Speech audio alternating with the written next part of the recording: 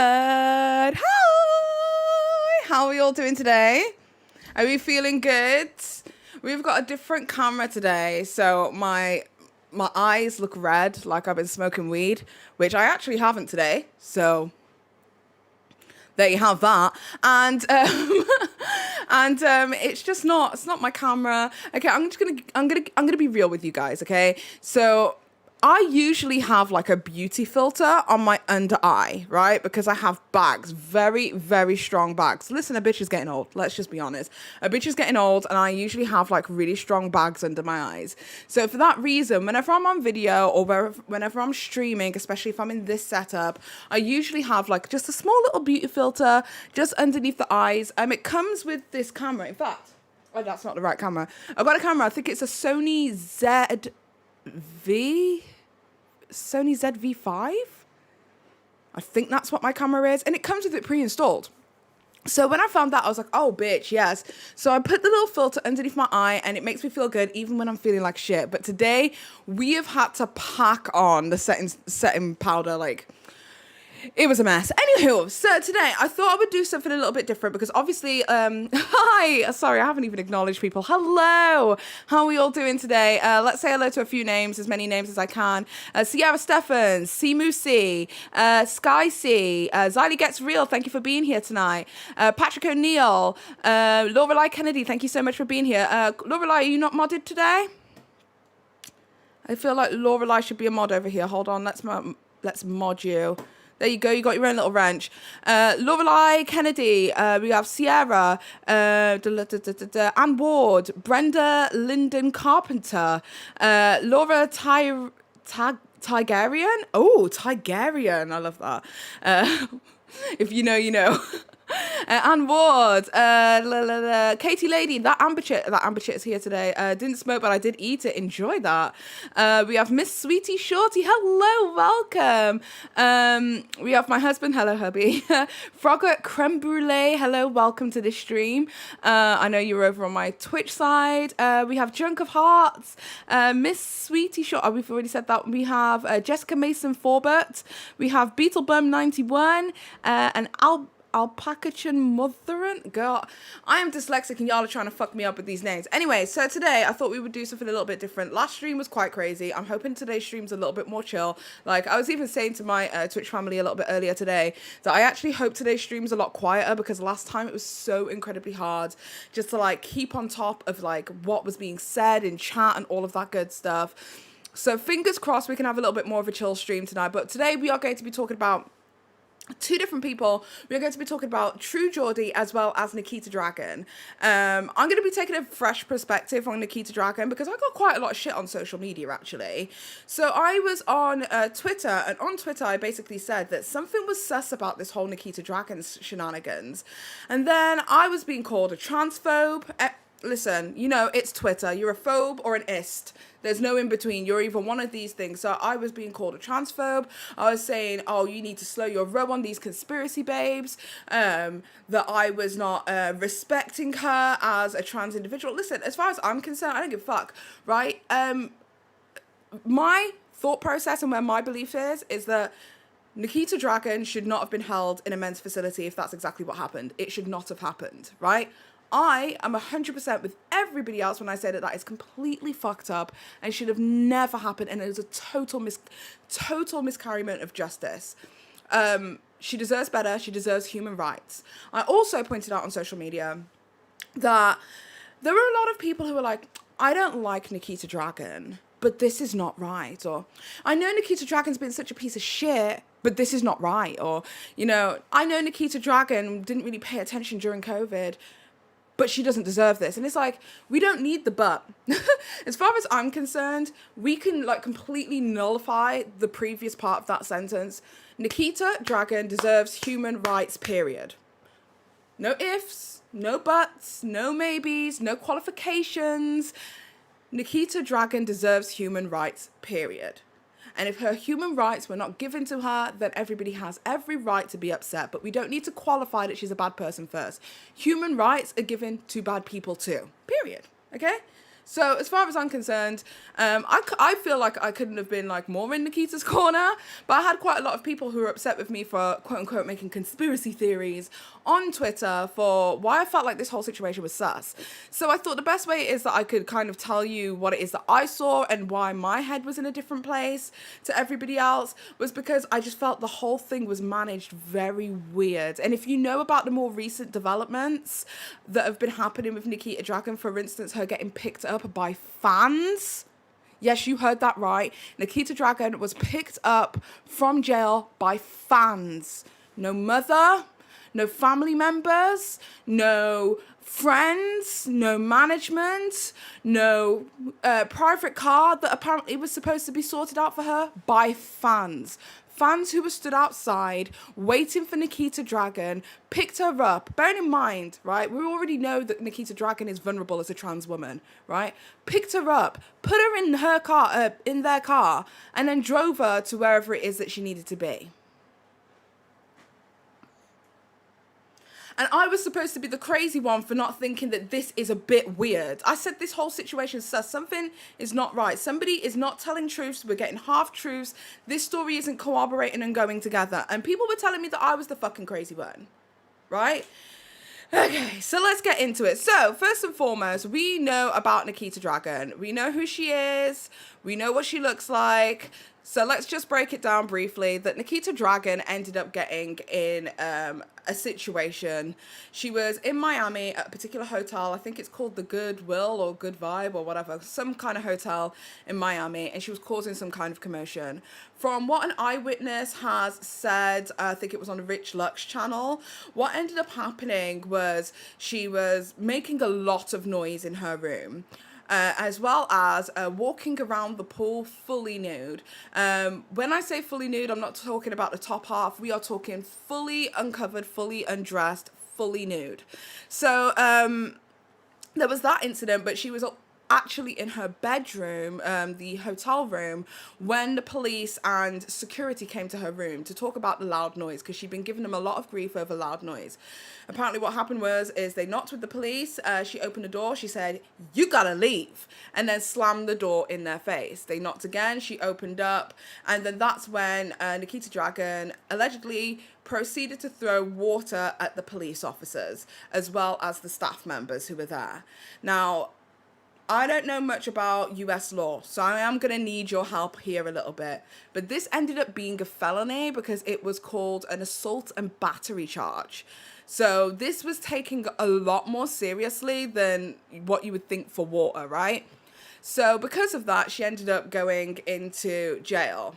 And we all saw the videos that went round about the jail situation. So what we'll do is I've made like a bit of a compilation, if you will, of Nikita Dragun shenanigans that I think that we can all take a look at.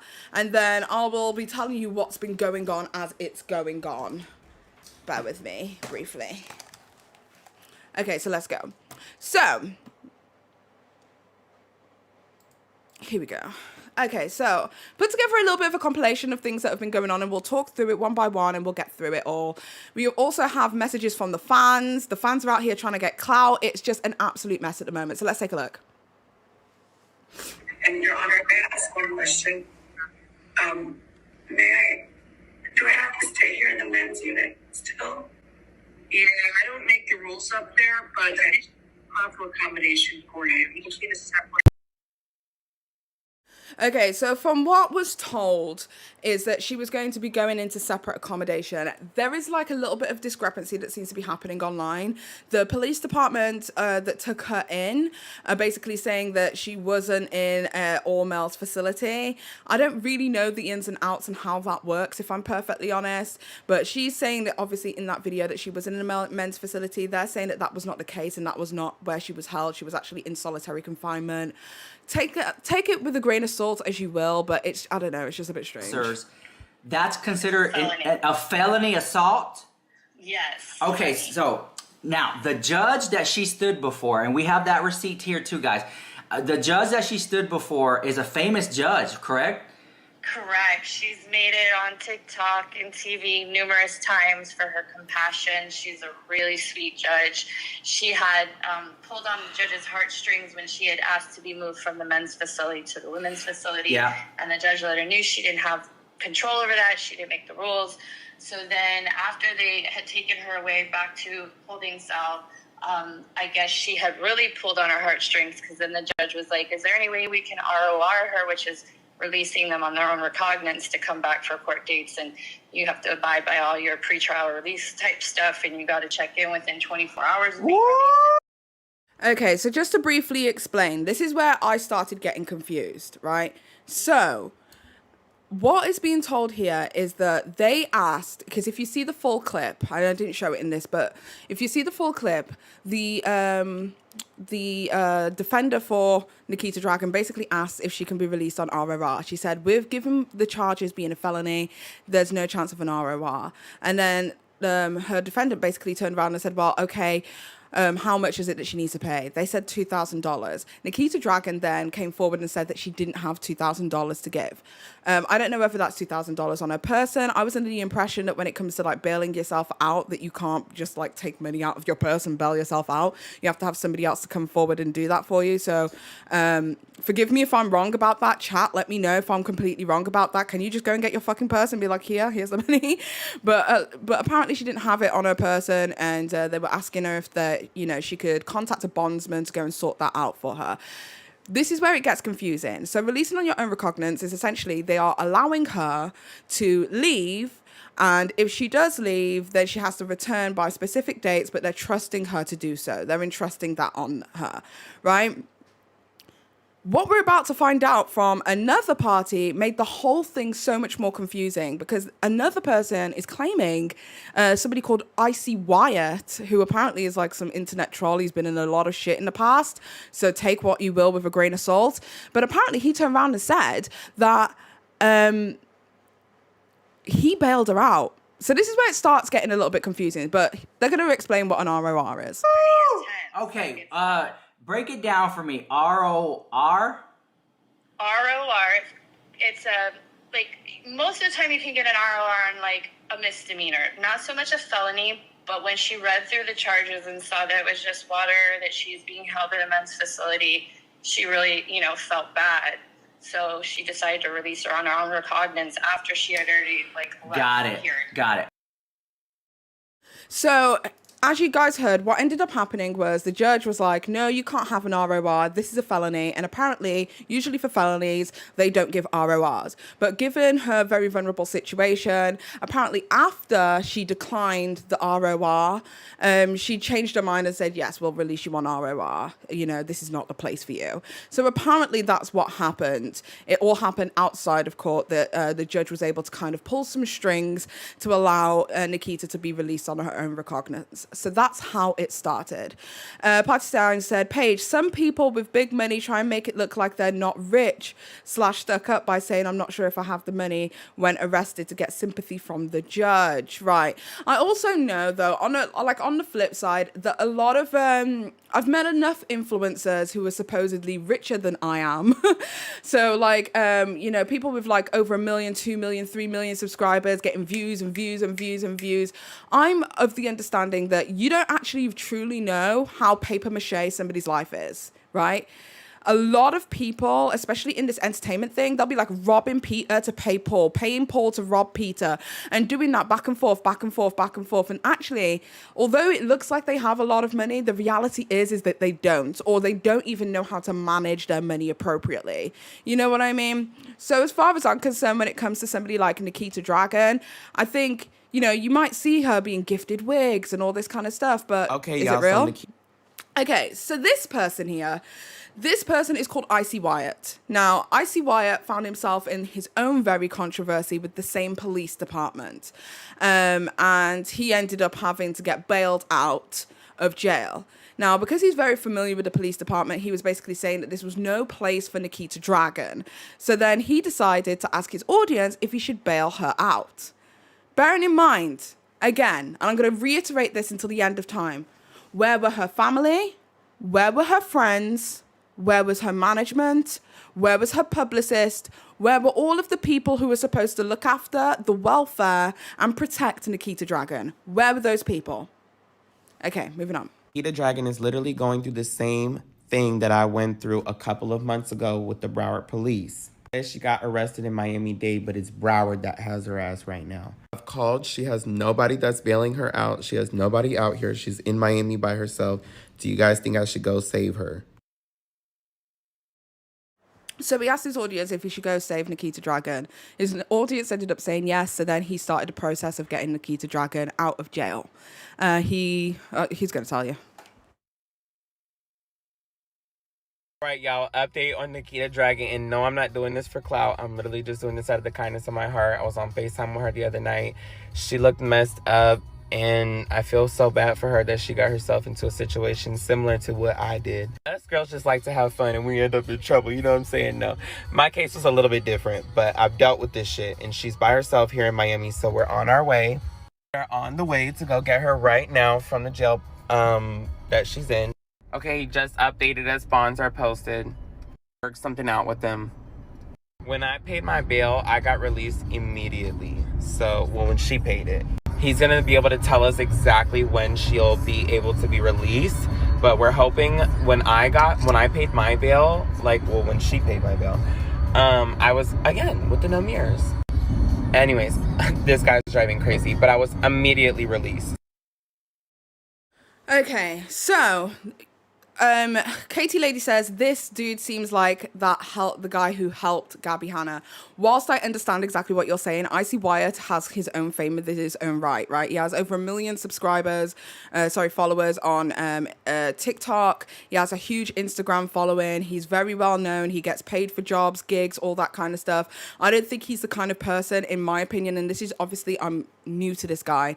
He doesn't seem like the kind of person who's going to be fazed by somebody else's fame, if that makes any sense. It seemed like he genuinely was like, okay, she's like in a new town by herself, let me go and help her out, right? So he sent a message to his bondsman, the one who helped him get out, sent over the money, and they basically replied to him saying that the bail was posted.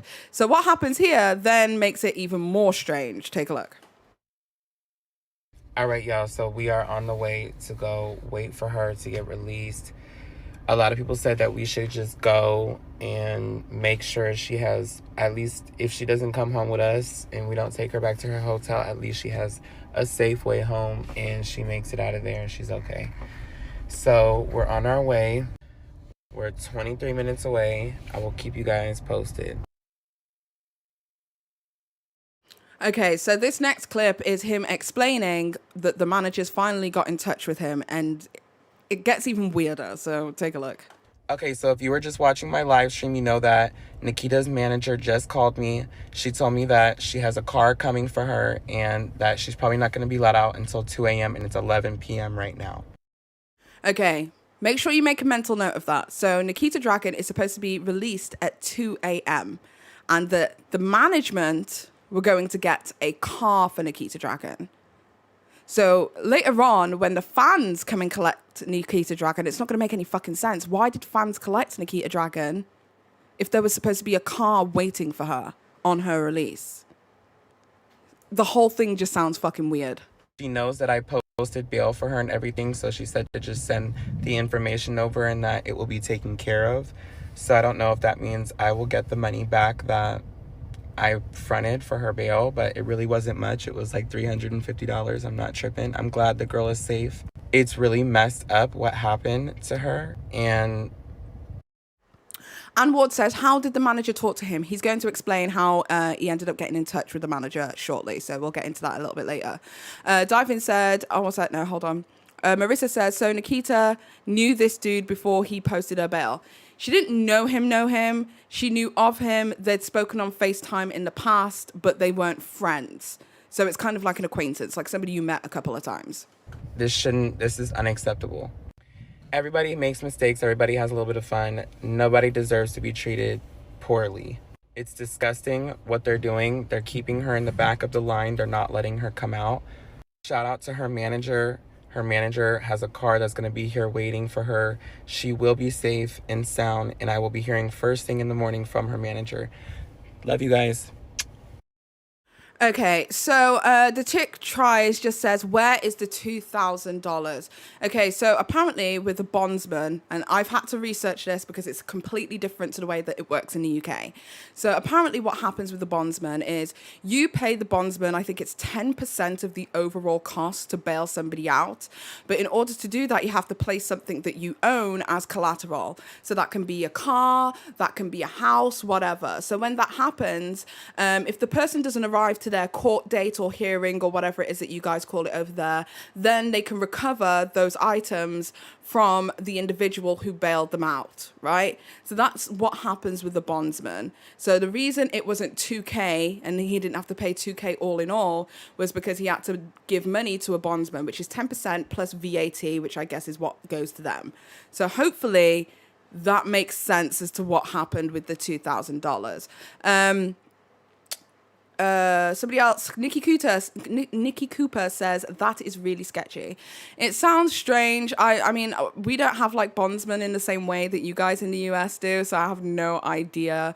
I heard she was ROR'd. This is where things were getting confusing because he's saying that he gave $350, which actually, if you have a look at the text messages, it says 325. He's saying that he gave 325 to the bondsman, and the bondsman said that the bail had been posted, and on the flip side, we're hearing that she ended up getting ROR'd. So I got confused. So there I am. I ring up Margot. Pick up my phone. Click. Ring up Margot, right?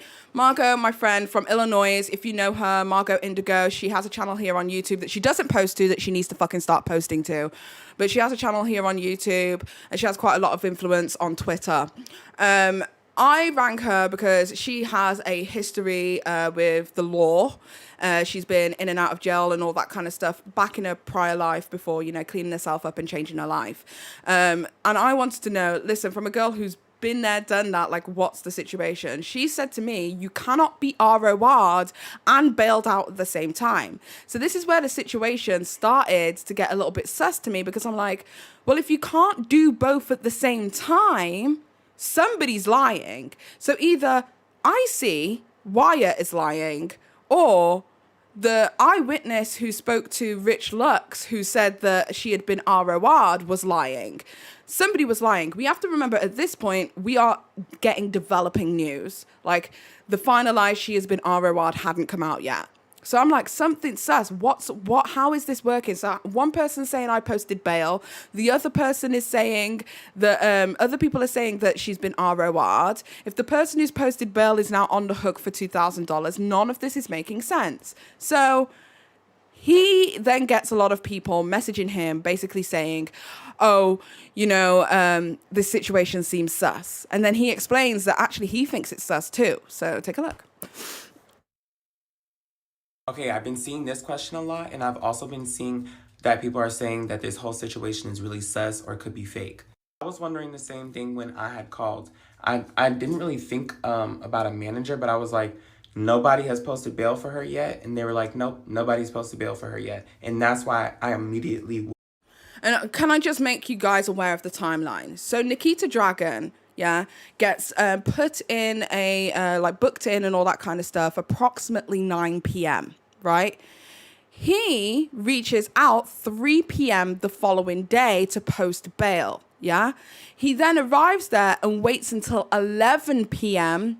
when the management say, we've got a car for her, it's coming at 2 a.m., you can go, thank you for helping, right? So we have to remember, at the time that he called and tried to sort out bail for Nikita Dragun, at this point, it is already 3 p.m. So from when she got booked in at 9 p.m. the previous day to 3 p.m. the following day, nobody had posted bail for her. Okay. Went and called my bailsman that I had previously used and got her bail paid. For literally like 7 hours, I was clueless about what was going on. I was going back and forth to the jailhouse. We were going in and out, asking questions, calling so many numbers, doing all this shit because we were worried about this girl. We didn't know if obviously she's super famous, so she has people for her. But like, she could be out here by herself, and I've been in that jail. It's fucking rough. Like, I've been there. So I asked the court, which is what I... Okay, Abby Blackbird, I just saw your message. If you can, I've completely forgot to do that. If you can post on Twitter, like a thumbnail for me and I'll retweet it. I completely forgot to post it on Twitter. Called TikTok the court. I asked y'all, I said, should I go wait for her to get released and give her a ride? Like, do you guys think that that's appropriate? And everybody said yes. I think that she would probably appreciate that somebody was there for her because clearly nobody was there for her. After all my little TikTok videos went viral, all of a sudden I get a DM from this lady right here, Lademi, and she's verified. And people were telling me on live. Okay, so if you guys don't know who Lademi is, Lademi found herself in controversy very recently, right? So Lademi ended up going to like a Hollywood party or something like that, and alleged that she ended up getting beaten up by Denzel Dion. Now, I don't know whether you know who all of these influencers are, but Denzel Dion basically denied the allegations. But that's how I know of Lademi. But Lademi used to be the roommate of Nikita Dragun when she lived in LA.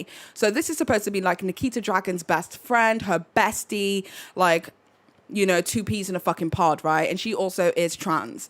So she sent a message, said, "Hi, babe, if you want to help, contact Chelsea, whatever the last name is, on whatever the number is.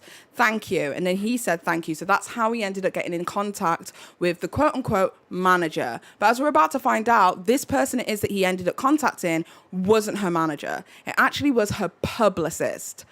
Make sure you put a pin in the word publicist, because that's where it seems to get a little fishy for me, right? I hope you guys are following my brain and my thought process throughout all of this, because I promise you, like, it's going to make sense, but it's also not going to make sense.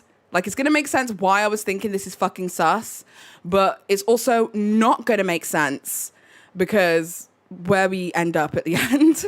Denzel Dion, yes, she alleged that Denzel Dion, like, beat her up at a party. She posted bruises and scratches it is that she got, and Denzel Dion denied the allegations. This happened like at the beginning of the year sometime. Very, very strange. But yeah, she said that she ended up getting beaten up by Denzel Dion. And a lot of people took her side because, I mean, Denzel Dion is like 6'4". Like, the dude is massive.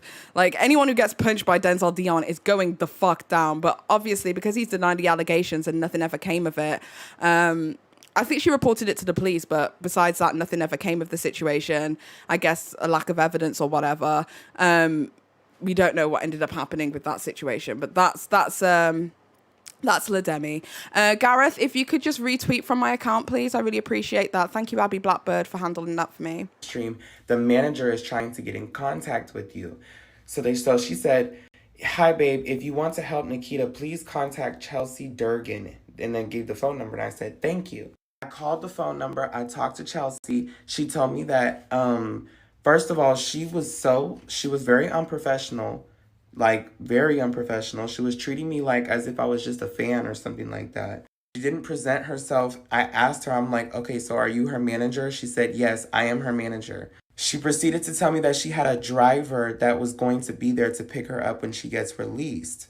I feel stupid now because I ended up giving her more information, which I'm not even going to tell you guys, than she even gave me. So anyways, I'm scrolling through some of the comments on my videos, and they're talking about, why isn't her manager Jake Webb, why isn't he on it? Kaylin just said, "Florida arrest and search a very public record. Has anyone checked that yet?" That's why you heard about the Florida man so much. Okay, so her arrest records are public. People have been able to find it. It is 100% now that she got ROR'd. But obviously, at this point, nobody knew if she got ROR'd or if she got bailed. It's important to the story of why things are just so weird and why so many people were believing at this point that Nikita Dragun may have been pulling a stunt, as in like a publicity stunt. So this is why I said to put a pin in the fact that he ended up speaking to a publicist and not her manager, because that's also weird. Why was it the publicist who was dealing with it rather than the management? Okay, follow me, guys. We're going somewhere. I don't know where we're going, but we're going somewhere. Okay, follow me. Jake Webb. That's all I'm seeing, Jake Webb. Come to find out, this is her manager, Jake Webb. Who the fuck is Chelsea? And now I'm back home. We just called. They said she hasn't been released yet. But now I really don't know what to do because I can't get a hold of Jake Webb. I don't have Jake Webb's number. And now, what if that was a whole ass setup? We have a car waiting for her. Miami is dangerous. That's a dangerous area too. And anyone can go in that parking lot. And she was talking about, oh, take down all the videos. Everybody's saying it's fake because I took the videos. No, she told me to take the videos down because she didn't want fans and news people to be there. At 2 a.m., no fans and newscast people are going to fucking be there at 2 a.m. Everybody sleep. This is sus. What's going on? So at this point, I was like completely confused, right? Who was Chelsea? People found out that Chelsea was the publicist. Chelsea is Nikita Dragun's alleged publicist, and that the manager was this Jake guy who was completely different, right? So when the publicist said that there was a car waiting for her release at 2 a.m., he thought that it was the management saying that her car would be waiting for her at 2 a.m. But because it was the publicist, now things get weird because there was no car. She ended up getting picked up by fans. So let's just keep listening. I know this section is very, very long, but I want you guys to follow why this situation was so fucking weird. I've never seen anything like it. Usually when a public figure ends up going into jail for whatever reason, they are released before they get booked and they're out in 2 seconds. You know what I mean? So I just found it weird that she was there for so long before anyone even posted bail, before the opportunity of an ROR. Like, I was just so confused why she was there so fucking long. So moving on to the next clip. Run. Okay, so these are the fans. So at this point, fans have started gathering outside of the facility that Nikita Dragun is at. And one set of fans were there the entire evening. And then they waited for Nikita Dragun to pull up so that they could take her home. Fans. Strangers. Okay? Strangers.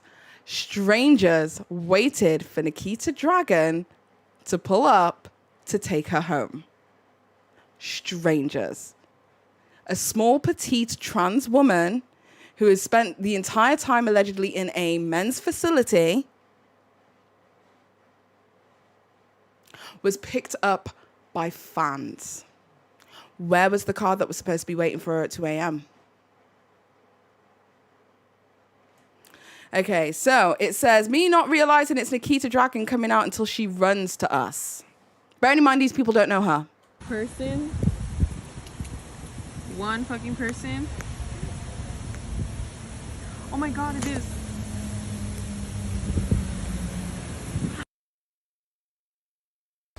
Oh my god, it is. Nikita, baby. How are you, baby? Are you okay? I'm so sorry. Fans. Is that not the weirdest fucking thing you've ever heard?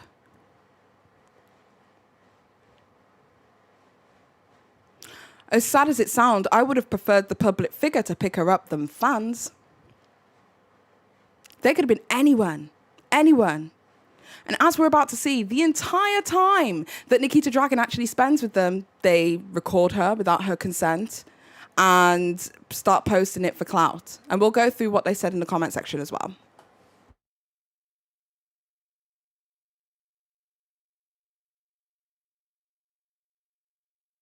Kind of vibe I'm going for. All right, I'll see you at the Strawberry Moon, bitch. God damn stupid bitches. So fucking. And for all of my life, I stay up and think of. Oh, and if you're having a look at the at says MVSINN, which is one of the people who ended up picking up Nikita Dragun. Just making sure that you know her handle, just so that she can get that extra clout. Okay? Yeah. These people don't give a fuck about Nikita. These people don't give a fuck about Nikita. And I still can't believe they came home and said, I love you too. And yes, She even did the background noise. I'm dreaming of you tonight. Till tonight, Till tomorrow, I'll be holding you tight, and there's nowhere in the world I'd rather be than here in this room. That was really Together. good. That was really good. That was not really good. He's gassing you up, babe. You guys are hitting notes I've never heard before. Wait, who's that? Is there a fourth person? Berto. Man. I can't stop. Don't worry, there's more. We're gonna see.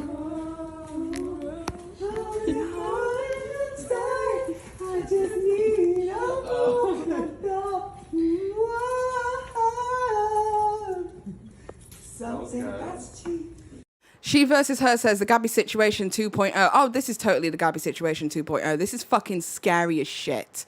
Okay? Like, if there was at any point that we should be concerned for her safety, now is the fucking time. Okay? There could be good Samaritans wanting to do things out of the goodness of their heart. I don't doubt that. I'm sure that could be definitely the case. But where was the car? Where were her people? Where was her mum? Where was her sister? Where was her family? Where was her friends? You're telling me that Nikita Dragun doesn't know one single person, like before the ROR. You're telling me that Nikita Dragun doesn't know a single person who could give her $2,000 for bail, or even pay a bondsman the 10%. Bitch, I'm broke as fuck. I'd still find £200 for you. Are you mad?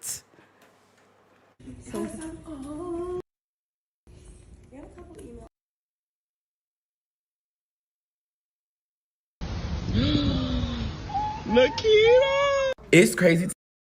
Okay, so at this point, the person, Icy White, who is the influencer, has found out that fans went to go and pick up Nikita Dragun. So he's woken up the following morning and found out that fans picked up Nikita Dragun. And now he's mad confused. To me, that people went there to go meet her when she came out of jail and to go pick her up after watching all of my videos about bailing her out. And when I was sitting there waiting for her for a couple of hours, her manager had called me and told me to leave because they sent a car for her. Yet fans were able to go pick her up and wait for her. I don't understand. But like I said, I wasn't going there to meet her. I was just going to go help a girl out. So I'm glad she got help. I'm glad she got safe. And I'm glad she's out of that mess. Also, she did get ROR'd, which means basically that my bail's bondsman will be returning the $350 I paid for her. So I'm not even expecting a thank you from her. Okay, so at this point, this is earlier on this morning, right? I'm letting you know because I was following this in real time. So this was earlier on this morning. He basically turned around and said, my bail's bondsman is going to give me the money back because clearly she was ROR'd. So he's not going to... So when he tried to bail her out, clearly that was unsuccessful because at that point she had been ROR'd.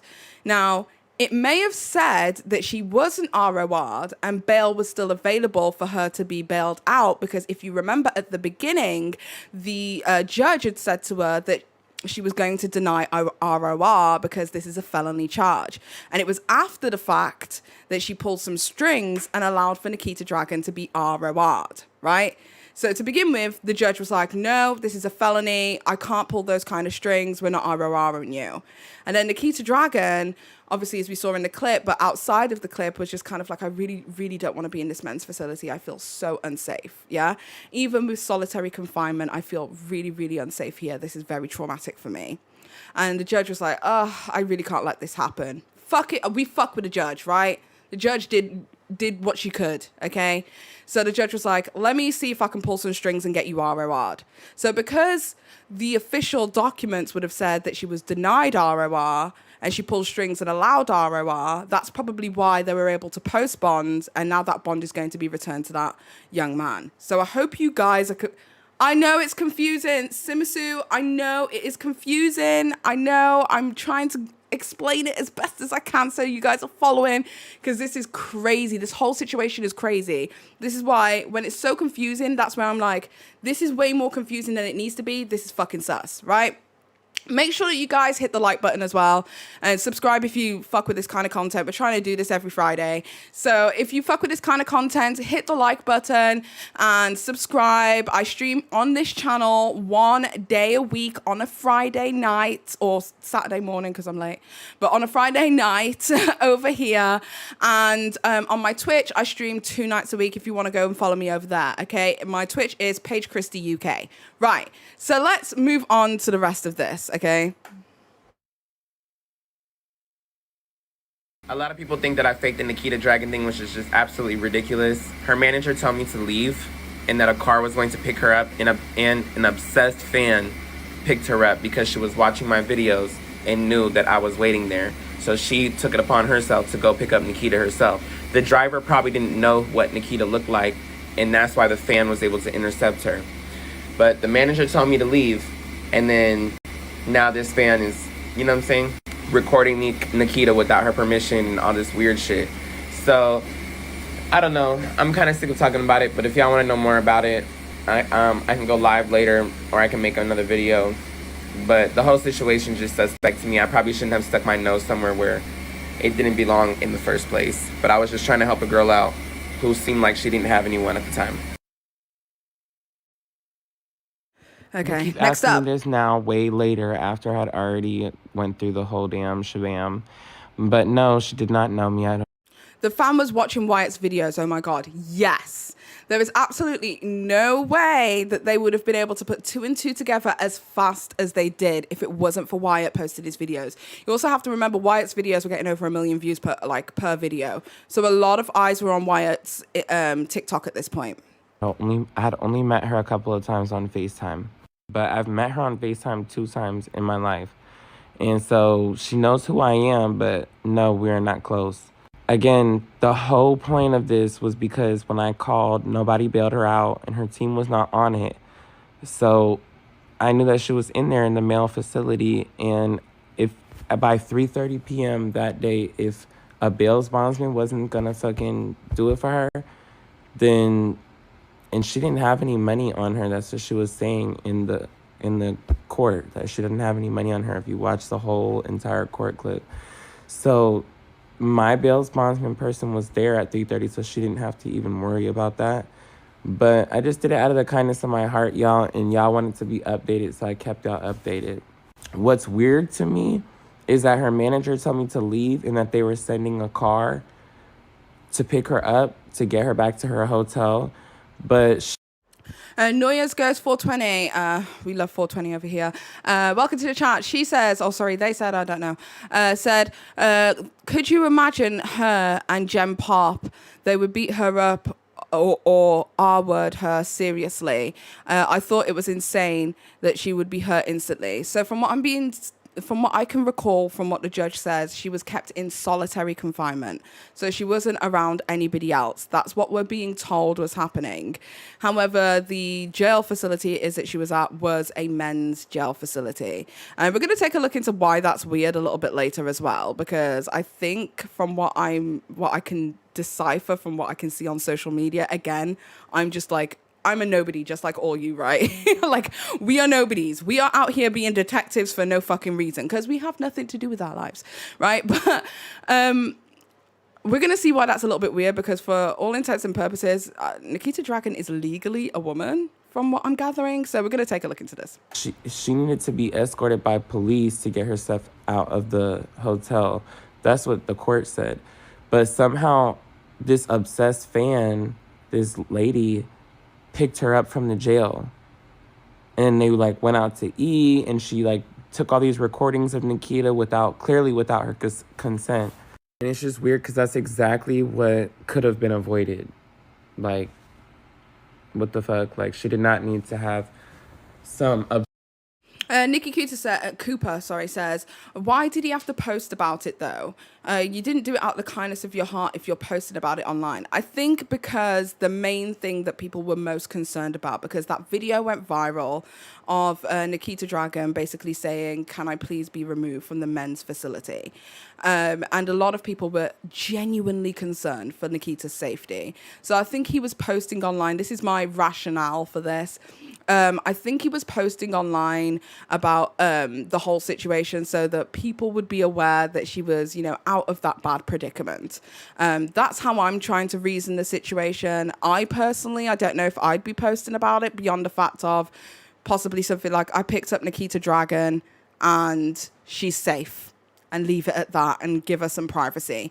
That would probably be the way that I deal with it. But on the flip side, everybody was worried. Everybody. I don't think there was a single person online, unless they were a fucking turf, right, who was like, this is okay. Nobody, everybody was in an uproar. Even like people who you would think would have less empathy online were saying that this was an uproar. I mean, if people like Keemstar are turning around and saying this is fucked up, it's fucked up, So, yeah, I think that's why he was talking about it. But obviously the thing just got so fucking confusing with his involvement. Obsessed fan pick her up and take all these videos of her without her consent and then get a bunch of clout off of it. I already have clout. I'm a verified creator for my eating videos. I already have 1 million. Thank you guys for my 1 million. I have a lot of supporters, and my supporters wanted to see me go bail her out of jail. If her management team tries to come out and say that I didn't post bail for her, I do have all the receipts and all the proof. But yeah, I didn't know her. I just wanted to be nice because I've visited Miami before and gotten into trouble, and I wasn't able to get bailed out. So I didn't know she was here when I had called. Like I said, nobody was bailing her out. So I was like, okay, well, let me ask my followers if they think this is a good idea. Everyone said, yes, do it. Save your girl. And we did it. I don't know how this obsessed fan intercepted her and picked her up. And she didn't go in the car that her manager sent for her, I guess. But everything happens for a reason. At the end of the day, He's going with the narrative that there was a car for her there and that a fan had intercepted her at the gates. This is very possible. It's very possible that there was a car sent for her, and with the person probably not even knowing Nikita, not even knowing what she looks like, how she presents, missed her, or saw that other people had come to collect this individual and thought to themselves, that can't be Nikita. That is very possible. So maybe that's the reason that the car wasn't there for her.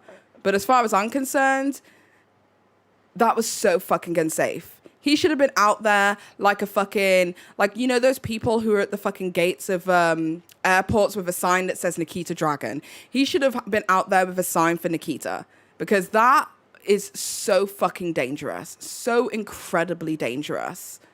These fans could have been anybody. This could have been like some crazed fucking trans killer, right? There are people out there who just hate people because they're trans, right? This could have been some crazed fucking trans killer who picked her up and took her somewhere. And nobody would have been none the wiser. You know what I mean? So it's a huge, huge lapse in judgment if it is the case that he, or the person who was supposed to be picking them up, the car that was supposed to come for them, completely missed it. Because, damn, it could have been really, really bad. We're lucky that these fans only wanted a bit of clout. Do you get what I mean? Because if they wanted more, this could have been horrible. We're lucky that the fans only wanted clout. I wasn't there to stalk Nikita or to meet her or anything. I was just there because if she doesn't pay her bail or the rest of it, then I'm on the hook for $2,000. And I wanted to make sure that she did get home safely. So, I mean, now I feel bad. Like, I should have.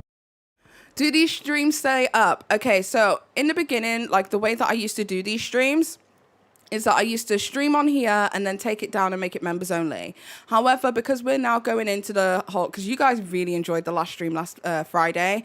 So because we're trying to do Friday night streams where I go over everything that happens in the week, we're calling it What a Week. So because we're going over everything it is that's been happening throughout the week, I am going to be keeping these streams up. So if you are unable to watch at this very moment in time, chill, it's going to be up. We're just doing like What a Week.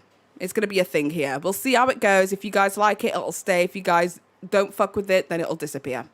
Waited to make sure she got into the correct car or whatever. Like, a whole ass fan picked her up. What the fuck? So, yeah.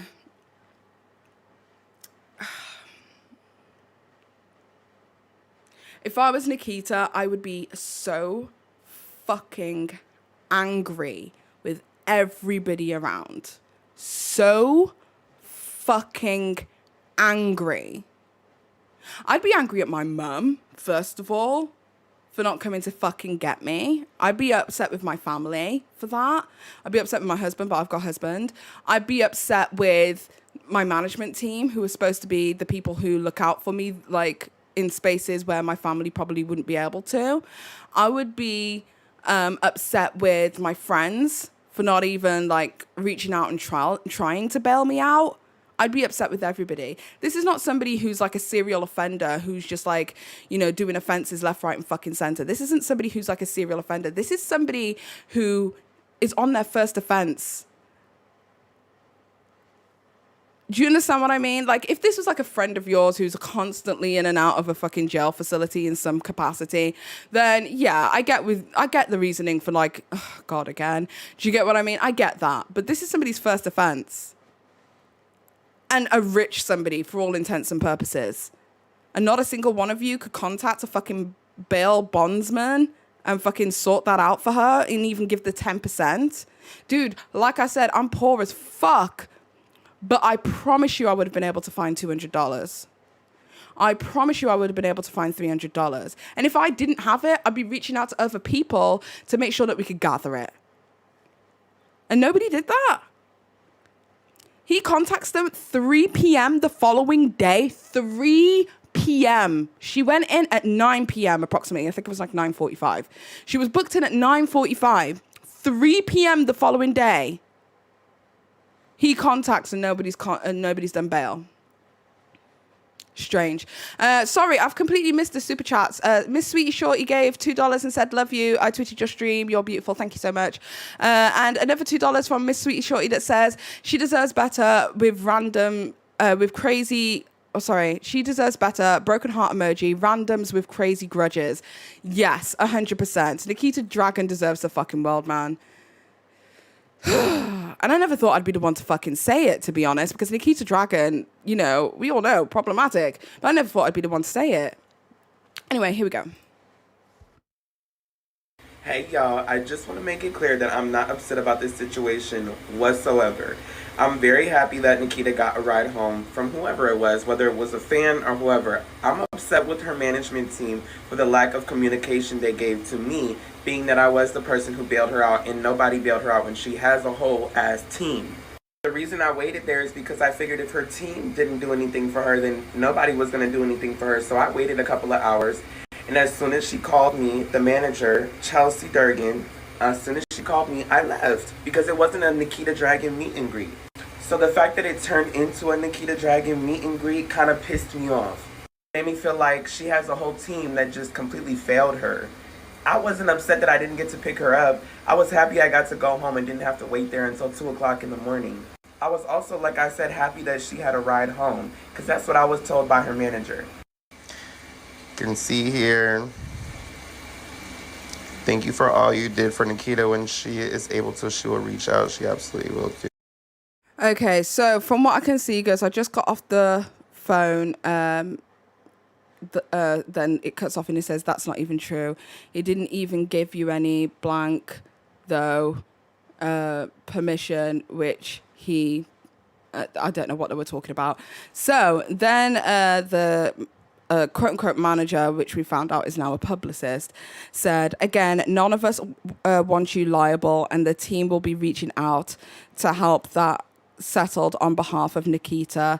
I would like them to handle communication moving forward. Thank you for all you did for Nikita. When she is able to reach out, she absolutely will to thank you herself. And then he goes, okay, thank you. I'm not trying blank to look crazy or anything. I was just trying to help out, blah, blah, blah. I told her I'm not trying to look like a crazy obsessed fan, so please, if they could come out with a statement or if Nikita could reach out to me when she can, that would be great. But I am in no way upset or expecting anything back because she did get released on recognition or whatever it's called, ROR. So I'm getting my money back. I'm not tripping at all. I'm not even expecting a thank you. I didn't even go pick her up. So at the end of the day, I didn't really do much other than waste a little bit of my time, and I had a little bit of fun. I will update you guys if she reaches out. Either this is going to create a friendship or we're gonna be enemies for life. Who knows? She might think I'm just fucking insane for what I did. She could also think that she didn't need anyone to help her and that her team was supposed to be there for her.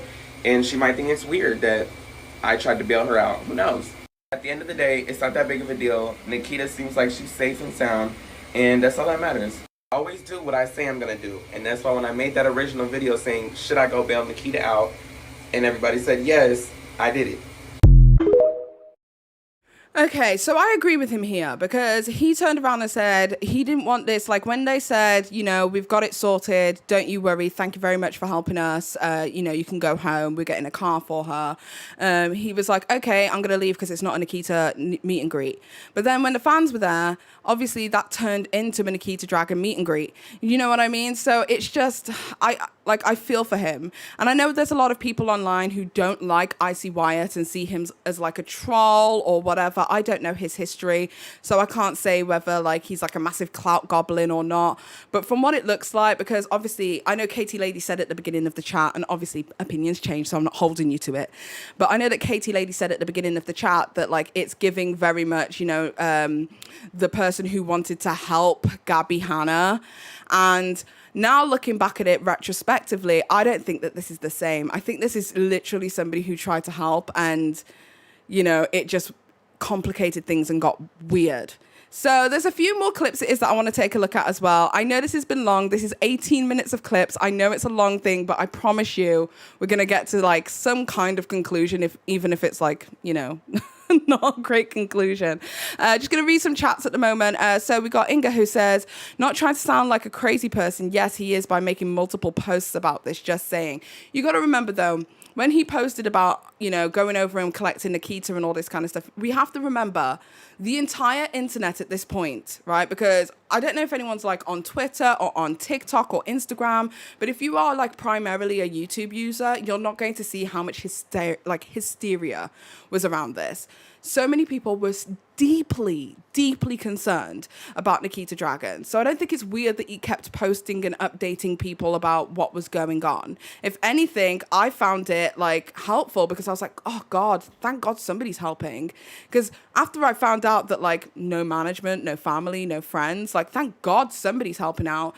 And with him being a public figure, that allowed me to feel a little bit more safe in the knowledge that even if this person's out for clout, who knows? I don't know his motivations, right?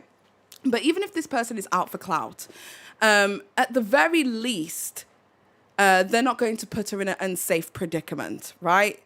Because the verified users online, because this guy's verified on TikTok, right? So the verified users online, they've got too much to lose to put somebody in an unsafe predicament.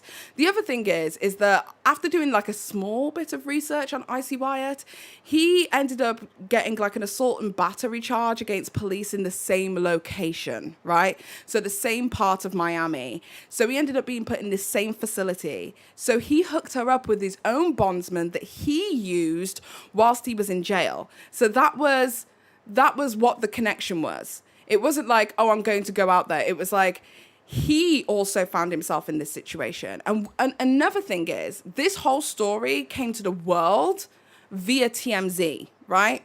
And when this Icy Wyatt kid ended up having his predicament that went viral online, we don't know who he is, I understand. We've never spoken about him before, so he's very new to us. But to the people who are aware of who this influencer is, his story went viral online.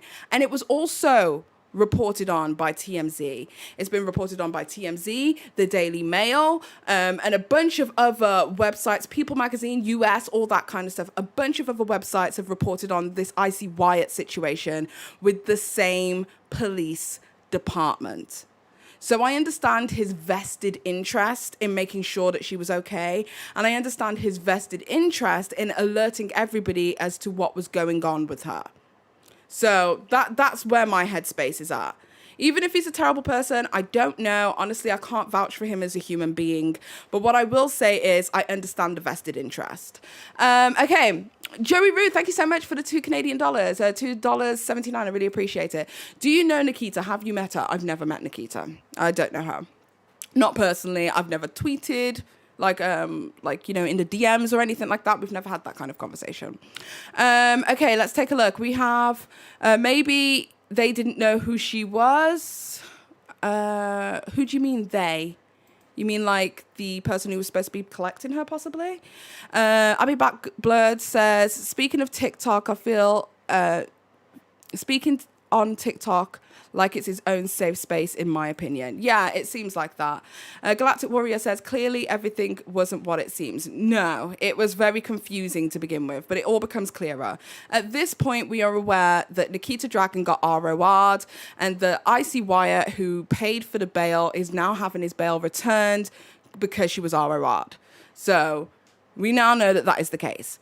Party Time says, I need a conspiracy theory pinboard for this page.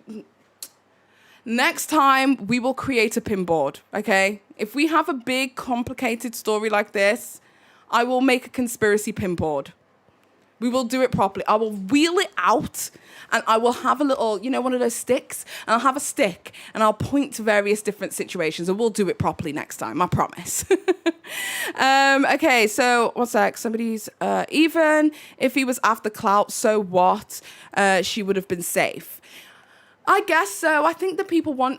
Here's the thing, is that people seem to think online that everything's, like, transactional. You know what I mean? Like, everything it is that we do as individuals are... sorry, not transactional. So if somebody does something nice for somebody, their motives have to be, like, pure. When in reality, I mean, I've cut these sections out of his videos because you ain't gonna make no money off me, dude. But like at the end of some of his videos, he was also promoting like a particular game, I guess he was sponsored for. So he was like, you know, if you want to play with me, get this game and all this kind of stuff. So he knew that he was getting clout and attention. And obviously each video it was that he was making was like getting over 1 million views because people were trying to follow up on the situation. And he was promoting his stuff at the same time. So, on one hand, I understand why people feel like, you know, it was more like clout chasing. I get it. But for me personally, I'd prefer this guy over complete fucking At least he's spoken to her on FaceTime. At least he's, you know, had a back and forth with her at some point. At least he would be a recognizable face for her to walk over to. Do you get what I mean? These people were fucking strangers. Okay, so let's get through the rest of the videos and then we'll go through some of the screenshots it is that I have. This is a long story and I promise the true Geordie story is going to be a lot faster. It's going to be a lot faster, I promise. Okay, let's go.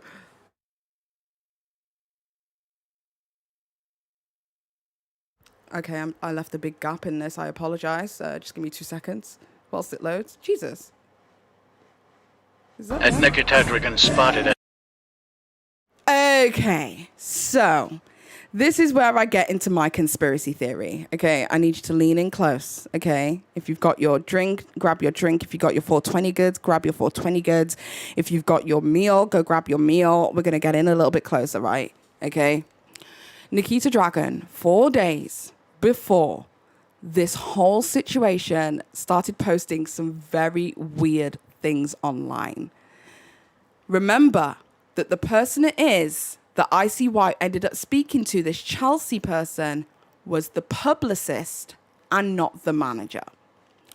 Publicist, PR, personal rapport, right? Public rapport. This was who he ended up speaking to. Nikita Dragun started acting very weird on her social media 4 days prior to this. There were going to be some black squares on the screen because Nikita Dragun literally had her whole ass out. But just so you know, what you would be looking at is her whole ass. But obviously for YouTube, we're not showing the whole ass. So this is Nikita Dragun in a club with some random guy. Maybe she knows him, maybe he's a stranger, I don't know. Acting mad weird. So she was spotted at 11 in Miami on November 4th. Remember? 4 whole days before she was incarcerated. Let's take a look. 11 in Miami last night, November 4th.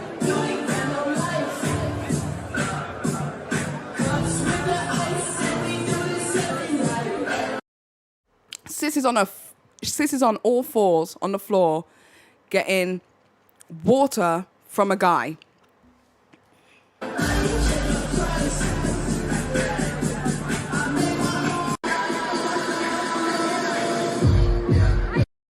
I don't know if anyone saw that. Nikita Dragun fell. Should we pull it up real quick? Let's pull it up real quick. Nikita Dragun fell on the floor. So she's clearly drunk or whatever else. She's clearly drunk.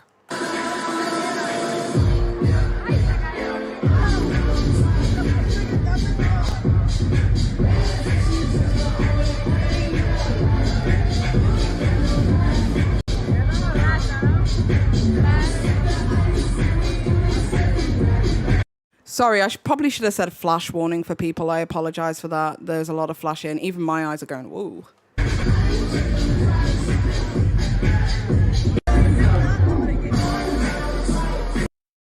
When I say her whole ass, I mean the whole ass, all the way down to the bottom of her butt cheeks. Her whole ass was out. Not a little bit of her ass. Her whole ass was out. Is that water? We fucking hope so. It looks like it's water. We fucking hope so. And I don't know who that dude is, but somebody was recording her when she was at the nightclub. Okay, so the next couple of clips it is that you're going to see is also going to fuel into the conspiracy that, is this what it seems?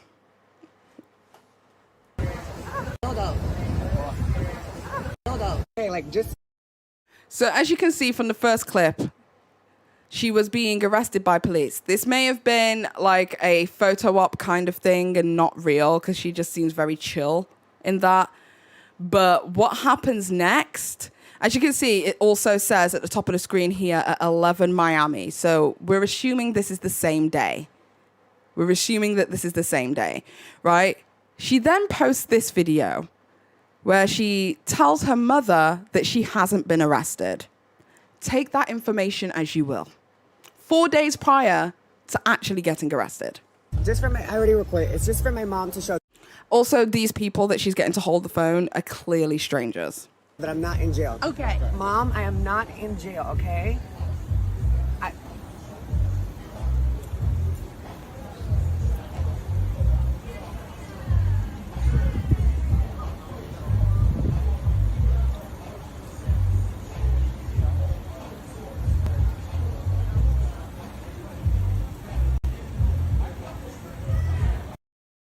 So when she bent over, everyone saw her everything. She, from what it looks like, she intentionally pulled her pants all the way down underneath her butt. This one here, where you can see her thongs prominently on show, that for me is normal, right? Nikita Dragun, you know, she's got an amazing body. She's hot as hell. You know, she's just showcasing her goods, and good on the girl, right? But what we saw before was too 18 plus for YouTube, okay?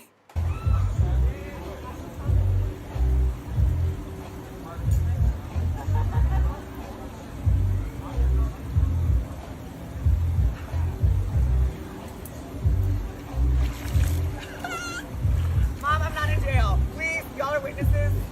You're not in jail. You're not in jail. I should be. But okay, like just... So as you can see, she made a whole video 4 days prior telling her mother that she wasn't in jail.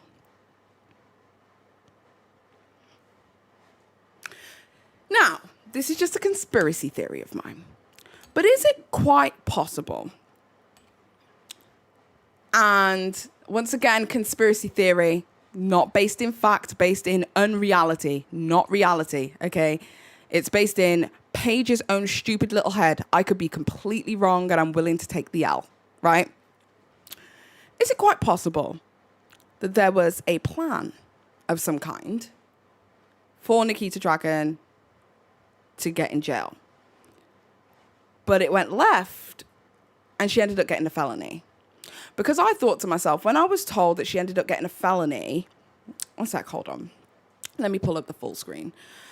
I thought to myself, when I was told that she ended up getting a felony for throwing water at police, it was a water bottle that she squeezed on police, right? Police and staff members who were there, right? I thought to myself, that's very strange. I wouldn't have expected that to be a felony, but apparently it is. Now, to a person who probably doesn't understand the law in America, like myself, I wouldn't have thought that was a felony. To a person who doesn't know the law from America, they probably also didn't think it was a felony. So is it possible that there was some kind of plan that she would go into jail, but it ended up going left and she ended up catching a bigger case than what she expected. We have to remember that when the guy who was trying to bail her out was trying to sort things out for her,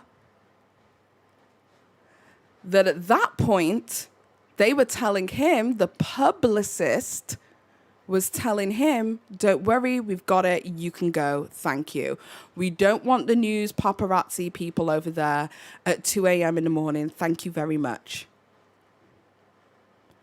We also have to remember, no friends, no family, no people who work with Nikita Dragun attempted to bail her out.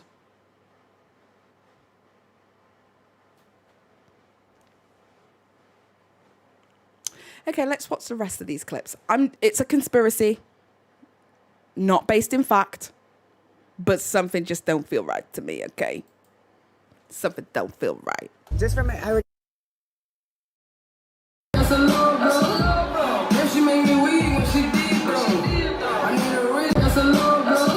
want to hear. El car wash. Which one? The most Miami thing. Okay, let me... I got to be Bad Bunny. No. Es que tú no eres como... Ella está ahorita. ¡Ey!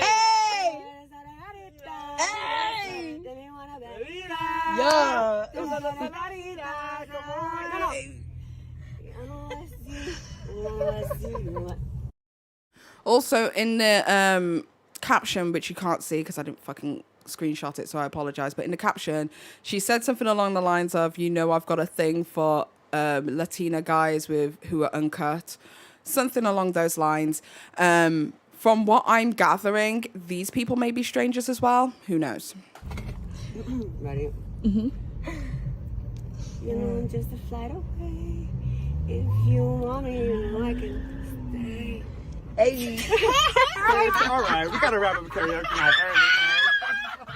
Okay, I want to hear. Bitch, I'm from Detroit. Hold on. I never fuck him. I never fuck you. Hey. All my left man fucks too. If I did, I'm a not gonna eat my ass like a Butt tape. Yeah. That was a setup. For a duck. I'm butt tape. Worry about my butt face. Hey, Worry about my these hoes. Bitch, I'm from Detroit. Hot too. Big titties, big butt too.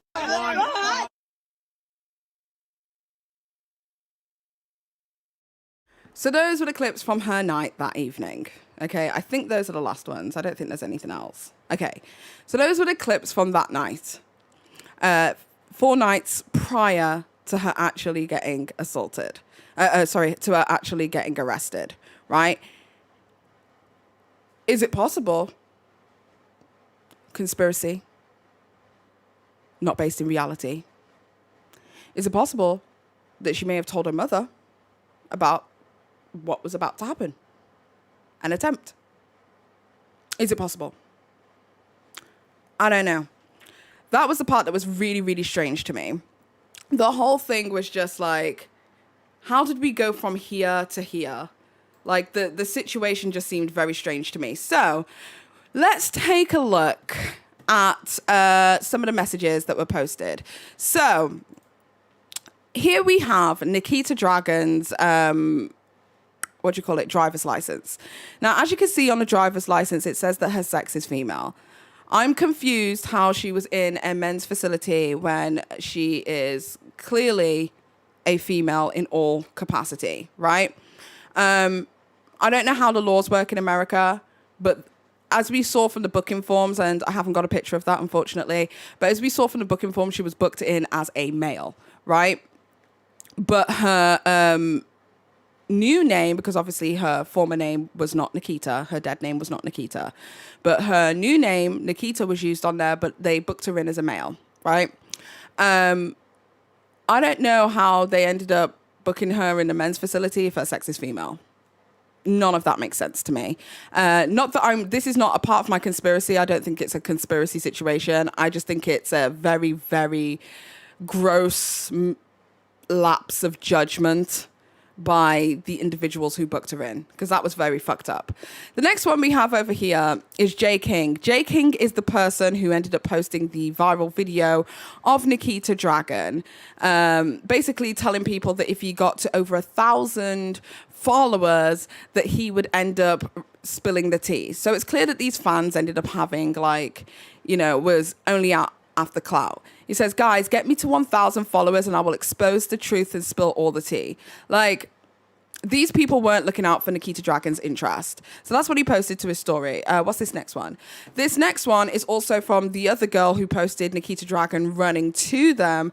And it was from like a news website or something, saying that, you know, she was, you know, charged with battery and all that kind of stuff. And because obviously they used her clip, she said, at me next time. So it's clear that these people were only truly after clout. So let's take a look at the comment section, because I wanted to see if these individuals had anything to say about how this all went down and how they, as fans, were able to pick up Nikita Dragun. So here's the first one. Marilyn said, we were the only ones there to pick her up at Nikita Dragun. We stayed with her for as long as needed. Unfortunately, we did have to leave because it was almost 8 a.m, but we made sure that she ate, had a bath, and a drink of water kept safe and sound. # Nikita Dragun, # Nikita. We learned so much about her and became good friends. I will not be releasing any extensive videos on her because my family is in the most important of them. I don't know what that means. Okay. So here are some comments that I thought were interesting. So somebody called Emiliaka said, the fact that she was put in a men's prison is disgusting. She said she was put in general population jail. Then somebody else said in the men's gen pop.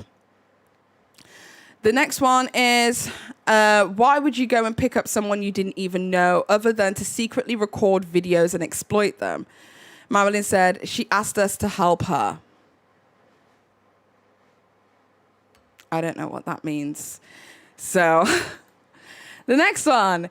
So here's what the comment said. And you were kind enough to do it without knowing her. Most people don't even know what being generally kind is. Thank you for being a good person. That was liked by the creator. Somebody else says, y'all, when a person is in a public app, replies to your public comments on a public account.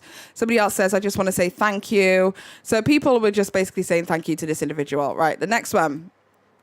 Where is it? Here we go. So somebody says, IG, her managers told him that there would be a ride waiting. Somebody said, literally, like Nikita clearly only asked for help because she was distressed, and they were there. They took advantage, stalker behavior. Marilyn then responded to that person saying, well, thank you. Well, we were there then, and then thumbs up. Then the other person replied to Marilyn saying, if your intent wasn't to pick her up in the first place, then what was it to go and watch her get released like a stalker fan? Then somebody else said that you're lying. Okay, so this is the last one I've got. Somebody said, why were you at the jail in the first place? It was creepy since you'd never met her. Oh, I was like, hold on. Yeah, then she said, I did not go with the intent to pick her up. She asked to come with us when she saw us. So, I mean, I guess it is what it is. I mean, I don't really know what to say. So, with that being said, the whole Nikita Dragun situation just does not make any sense to me.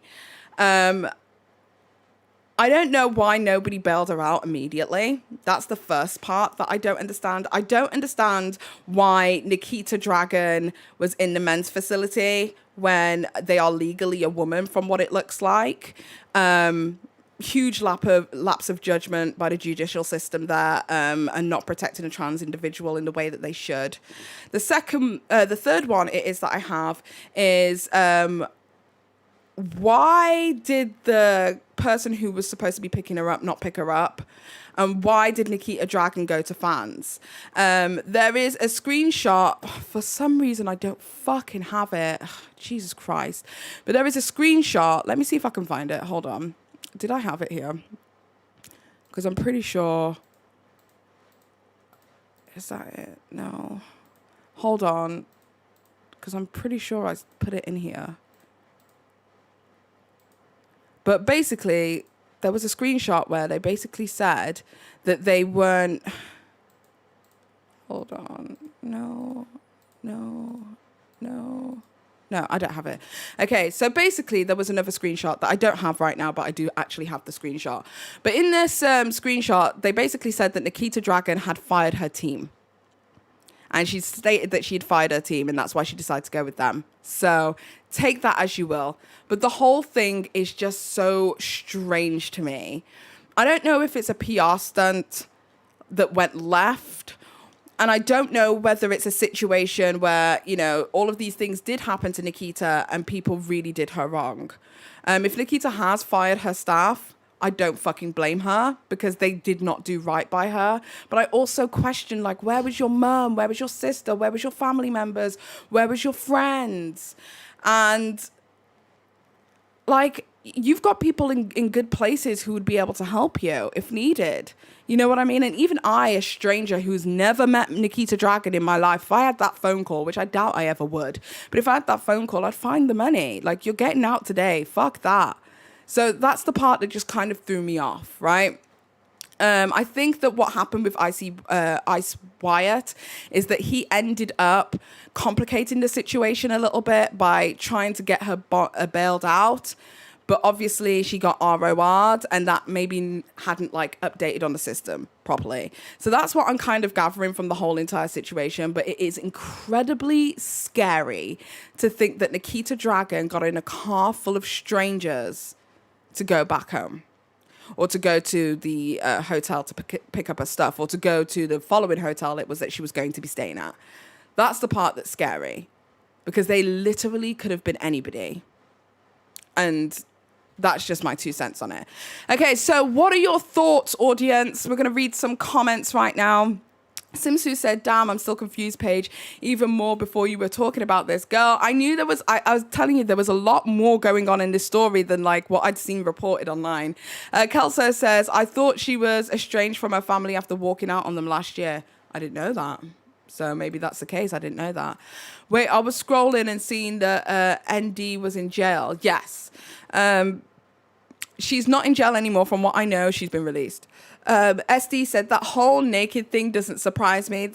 In fact, it's one of the biggest issues that they've had when I moved there. But just ask naked. People drink, smoke, and take whatevers.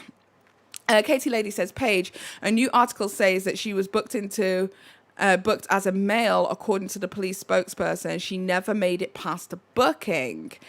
Yeah, I did see that, but I didn't know, like, I wanted to hear more. Do you get what I mean? Because obviously we also have to remember with police forces and shit like that, their main concern is protecting themselves before anybody else. So I would like to hear it, you know, from the horse's mouth, for use of a better term. I'd like to hear from Nikita what happened. You know what I mean? I'm going to trust what Nikita has to say about her own situation than the police. I have no trust for the police at all. That's just my 2 cents. Issa says, I'm confused because some stuff came out saying that she was in a holding cell all by herself and not in the men's facility or prison. But here's the thing. When she said, can I be removed from the men's facility? The judge said, you know, I have no control over that. Unfortunately, we can put you in solitary confinement and keep you away from everybody and all that kind of stuff. So when she said that, it wasn't like the judge was like inherently shocked by all of that, if that makes any sense. At the beginning, when the judge was addressing Nikita Dragun, they asked her if she wanted to go by he, him, or she, her pronouns. You know what I mean? So they already knew what the vibes were. So I don't know. I want to hear from Nikita what's going on. Anna Cash says why she wanted to go into male booking and now lying. Why would she want to? I don't think she wanted to. I'm more so on the thought process that this may have been something that went left. You know what I mean? Because the publicist being involved rather than the management, that was very confusing to me. the fact that TMZ got hold of this story very fast and then Rich Lux had it like immediately 2 hours later was very strange. With the full clip and not the partial clip that TMZ had, that was very strange to me. Just a lot of things just wasn't adding up that was making me think, what is going on here? You know what I mean? Okay, I'm going to skip a few. Let's go down to here. Amy Maggie says there's a video where she's asking to be put in a women's facility. Yeah, we just discussed that. My Insane World of Beauty says, I thought her makeup was closed, but seeing her makeup in TJ Maxx, why was she arrested? Oh, we discussed it all evening, babe. I'm not going to get back into it. I didn't know her makeup was in TJ Maxx, though. I think a lot of people are doing that since the pandemic, though. I think makeup has gone down for a lot of people. Tay Perks just says, I just don't trust the police. But I don't fully trust Nikita either. Fair point. That's your prerogative. Chairman says, does Rich have contact with TMZ? God, who knows? But he had an inside source who came over and told the situation better than TMZ even had at that point. And I was just like, what the fuck is going on here? And he said that he knew about it before the story dropped. And I'm like, how? So that was the part that was like mad confusing to me. Like there were so many like aspects of this story that was just weird. So I just kind of wanted to point out the absurdities. Okay, so moving on to the next drama it is that we have this evening. This evening we are going to be talking about on the docket. We have True Geordie. Now, if you guys don't know the situation with True Geordie has found himself in quite a bit of controversy recently for some Islamophobic comments.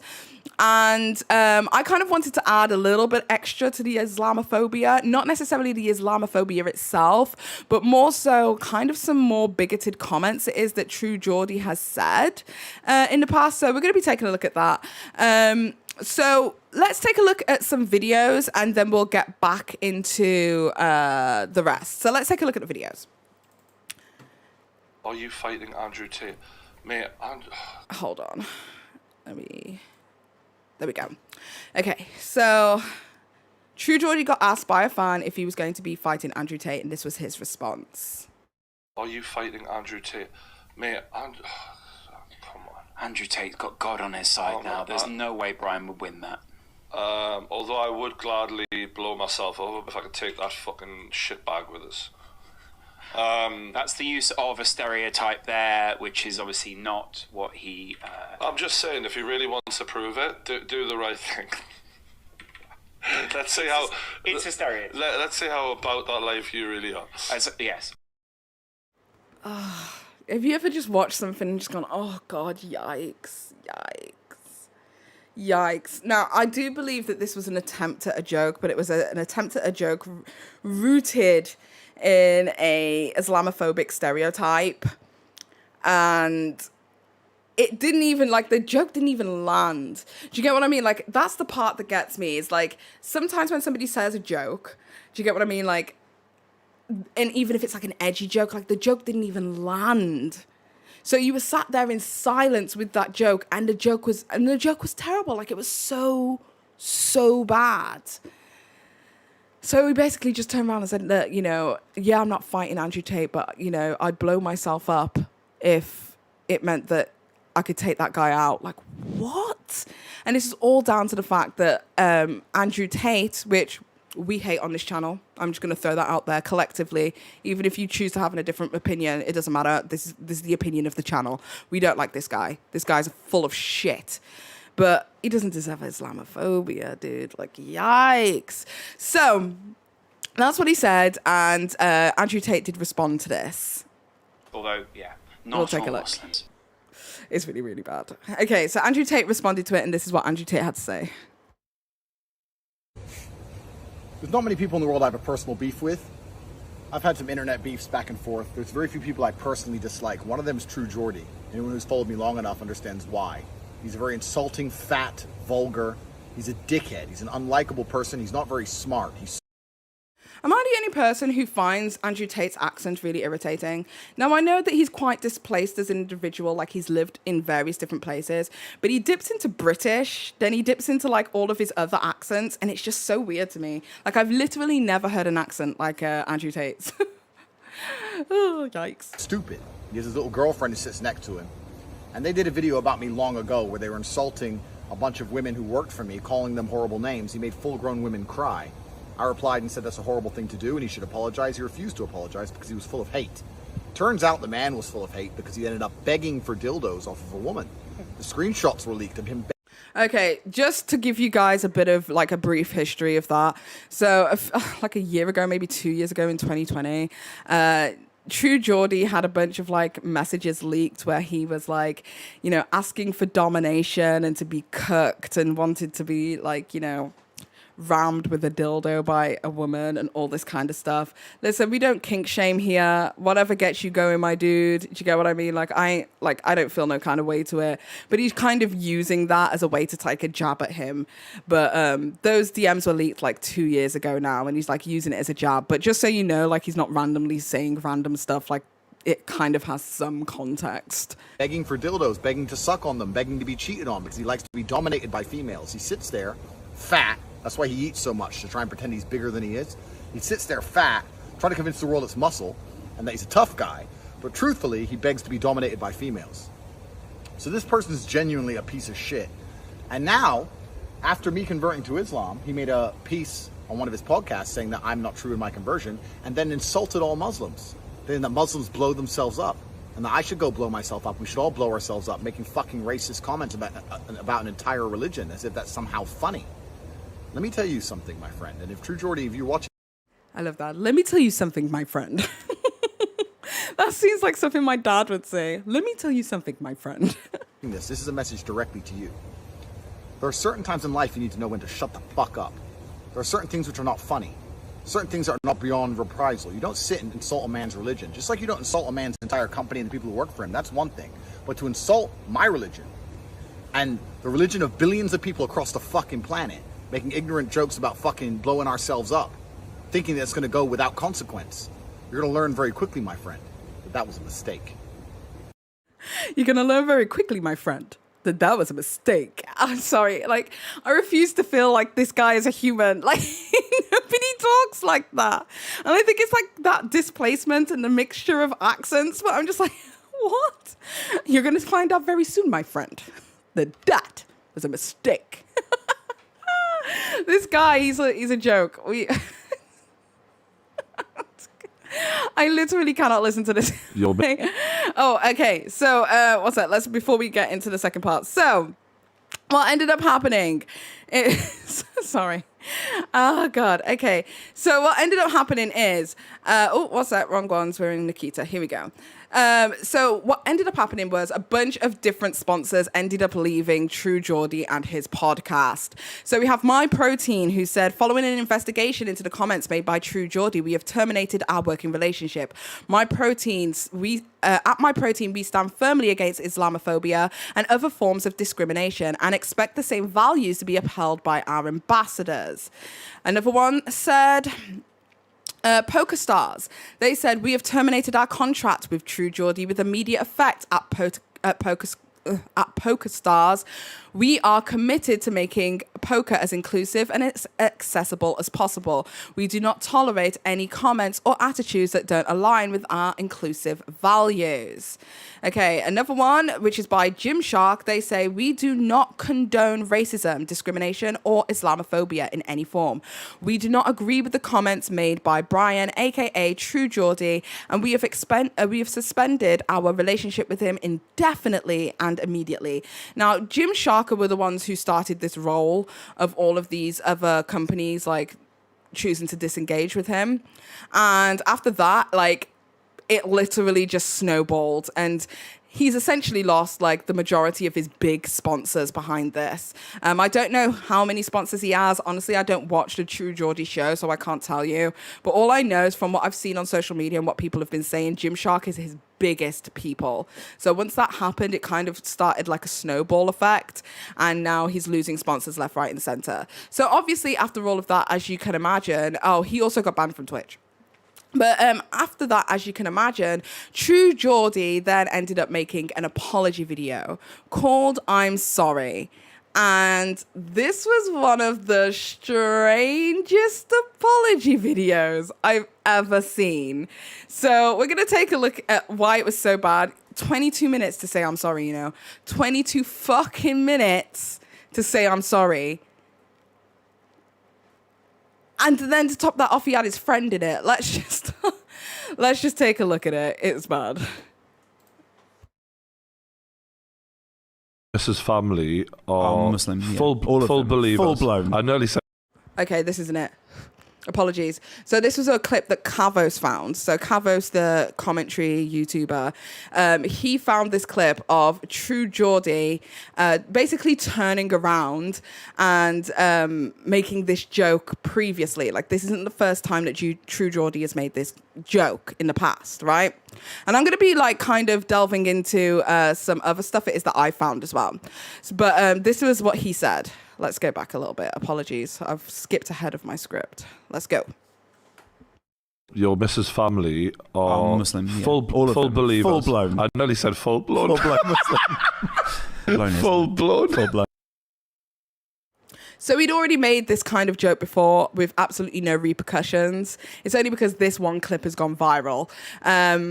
Which doesn't make it good or right or correct, but just so you guys know. So I think in the next couple of clips now, I'm going to be showing you occasions that I had noticed that True Geordie had some very bigoted, but like, I guess like ignorant comments. So if you guys remember, there was a fight between KSI and this guy called Pineda, who is like a professional boxer.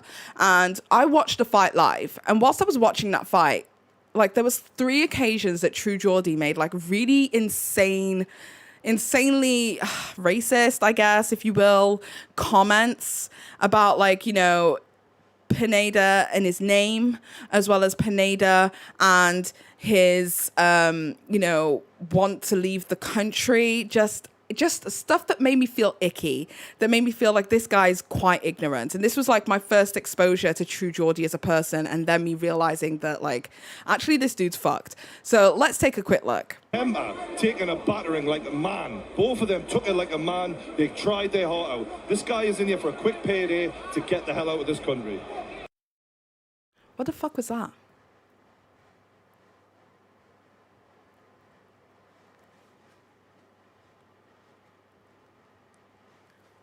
This guy's looking for a quick payday to get out of the country? What was that? That was strange. Did anyone find that strange? Tell me if I'm being hypersensitive right now, but I found that fucking strange. You couldn't just say this guy's not doing a very good job at this. Okay, so there's more. This is all in the same fight, let me let you know, right? This is all within the same fight. Fucking strange, my dude. Michael Buffer had a harder job pronouncing Pineda's name than KSI had in fighting Pineda. So he said that Michael Buffer, the commentator, the dude who goes, "Let's get ready to rumble." He said he had a harder time saying Pineda's name than KSI did actually fighting him, because obviously KSI ended up winning the fight. What? So then I went back and took a look at what it was that Michael actually said, and he didn't have any trouble at all. In fact, he spoke in Spanish. Coming out first, El Flaco de Oro, Luis Alcaraz Pineda. Does that sound like somebody who had like any troubles or issues saying somebody's name? No. So what was that? Explain quickly. What was that? Where did that come from? Okay, so there's another clip. It is, bearing in mind, all within the same night, all within the same fight. I watched it live and I was confused as hell. And I knew I made all of the, I saw all that I needed to see of True Geordie at this point. So let's take a look. We've seen his face change. Yeah. Instantly, he was like, nah. He didn't want it. Screw this. Yeah. I'm back to Mexico. See you. What was that? What was that? Like, what kind of comments are those? Where are these comments rooted? Quickly.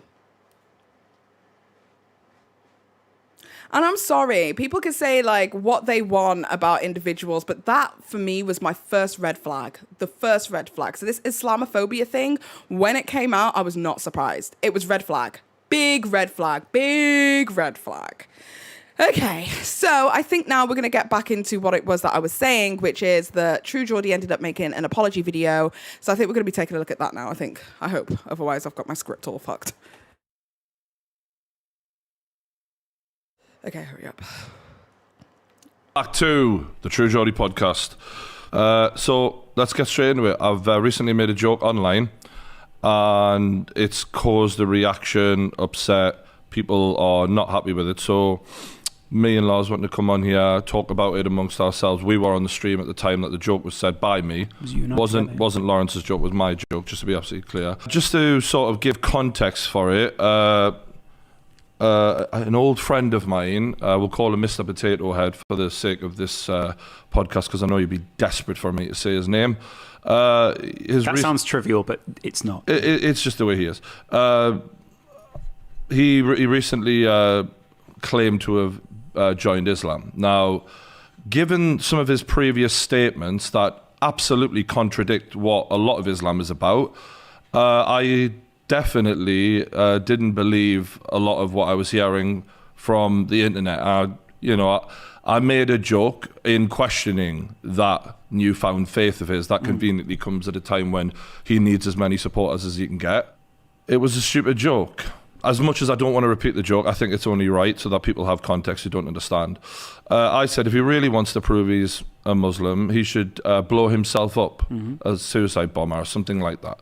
Now, when I say that out loud, when I'm aware of it, You sound like a fucking moron. What? Dude, like, you can't say that, like, you don't have, like, internalized biases inside your heart, because you have to make that kind of joke. Like, it's not funny. That's not a funny joke. And do you know what's the worst thing? It never fucking landed. You sat there in silence. So you said that bigoted joke not even to get a giggle or a laugh. Fuck me. Fucking horrendous, you know? It was one of those off-the-cuff remarks that I made with a total lack of thought. And I used an unrealistic stereotype to take aim at someone who seriously dislikes me. Obviously, I don't believe that's what Muslims actually do. And I don't actually want Mr. Potato Head to die, as much as I don't really like him. It was a very stupid thing to say. It was an idiotic joke, one I'm sorry for, you know? So if it had left the apology at that would have been a reasonably good apology, right? Not to sit here and be the apology police, because we all know here on the internet, it doesn't matter how many times you apologize or in which way, there are going to be people who don't fuck with your apology, right? So with that being said, for all intents and purposes, that would have been a nice apology to end the video there, right? Wrong. He doesn't end the video there. It in fact gets fucking worse. Take a look. Fucking weird, man. Oh my God. I got home. Are you sure, big guy?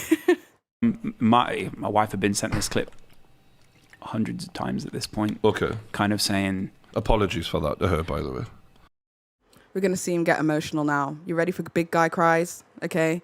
Because it's not about what he said and how it makes other people feel. It's about how he feels. Okay? Yeah. And your family. That was what made me emotional about it. I got to be honest. Like when we thought about doing a podcast, I thought it might be another one where I sort of cry or something, because I had a little time where I did think, God, I was questioning myself for a minute. I was like, should I have sat on a stream next to you and gone, what? Like, and you know what it's like when you're in the flow of a stream. Should I have sat next to you and gone, whoa, Brian, what are you saying? Like, I felt like I'd let, in some extent, I felt like I'd let you down, but I'd also felt like I'd let my own family down because of the... I mean, you... Okay, so you got to remember, yeah, his co-host, if you don't know, is a Muslim. He has a Muslim wife, Muslim children, right? And he's expressing at this point how he feels he let himself down by not appropriately pulling him up on this, right? So this is the equivalent of, you know, somebody saying for me like some anti-black stuff, and then for me to turn around and not pull them up on it. There have been numerous occasions that has happened in my career where somebody said something that's anti-black and I've just not pulled them up on it immediately, or I've pulled them up on it later, or I've pulled them up on it in private. Do you understand what I mean? And it's something that we as creators all go through, but it's quite interesting that when he starts vocalizing how he feels, instantaneously True Geordie interjects with how he feels again. What have we got in the comments? Unfunny streamers relying on racist, edgy jokes to entertain is a common issue, unfortunately. Yes, it is. Real comedy is a dying art. I know. Ask Deaf Noodles. It's dying. Okay. They are asphyxiated. Okay. Your babies are Muslim, bro. But that's what I'm saying but for me, knowing that is like when Lawrence's son was born.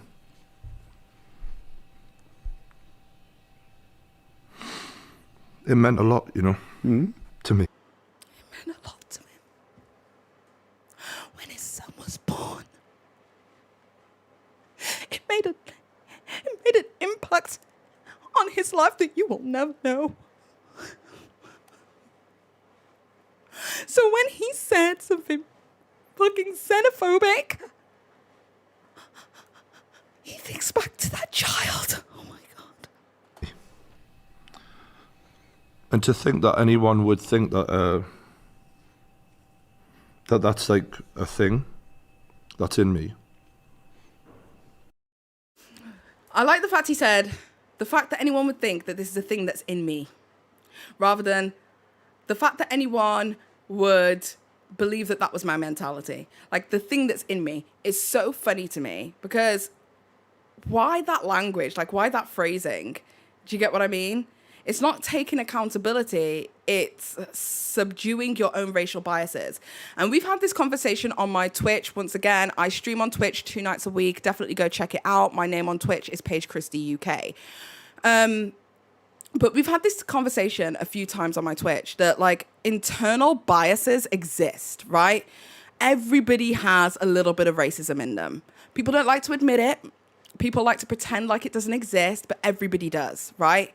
Even if you don't vocalize that internal racism, you've thought it at one point. You've said something stupid in your head and you've had to catch yourself and think, oh, that was fucking gross. Why did I think that? You know what I mean? We all have internal racism. We all have internal biases in our brains. And it's like he's trying to suppress it. That's a thing. For me personally, it would be better if he just says, you know, I have some internal racial biases that I need to really get in check because what I said was fucked up. But instead of going that way, he wants to pretend like it isn't in him, when internal biases are in everybody. That's not something you can shy away from. It's something that you work on. You got to remember, society as a whole tells you things about other cultures and communities. Society tells you that all gay men are flamboyant, right? Society tells you that bisexual women or men are greedy and can't choose, yeah? Society tells you that Asian people are incredible at math but terrible drivers. Society tells you that women are terrible drivers. Society tells you that black people are criminals. Society tells you that white people are Karens. So there are all these kind of fucking biases that the world tells us that we have to actively work against. So pretending like it's not in you is a lie. It's in all of us.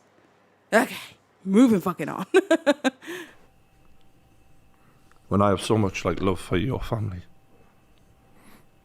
it was just such a stupid moment, you know, and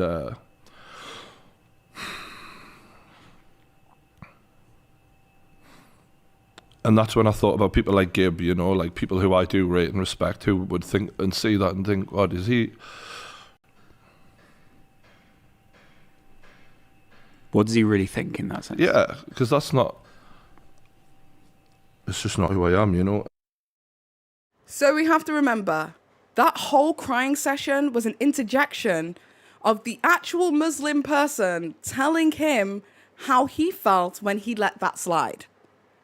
So when he let that slide, the Muslim individual was saying, You know, I felt like I let myself down. I felt like I let my family down. Your family, oh, me. I. Self.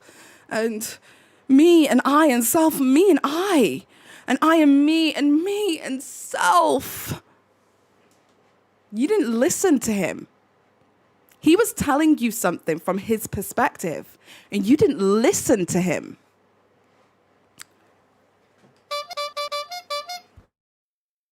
We love the clown sound over here. We fucking love the clown. Okay, so moving on to the next clip.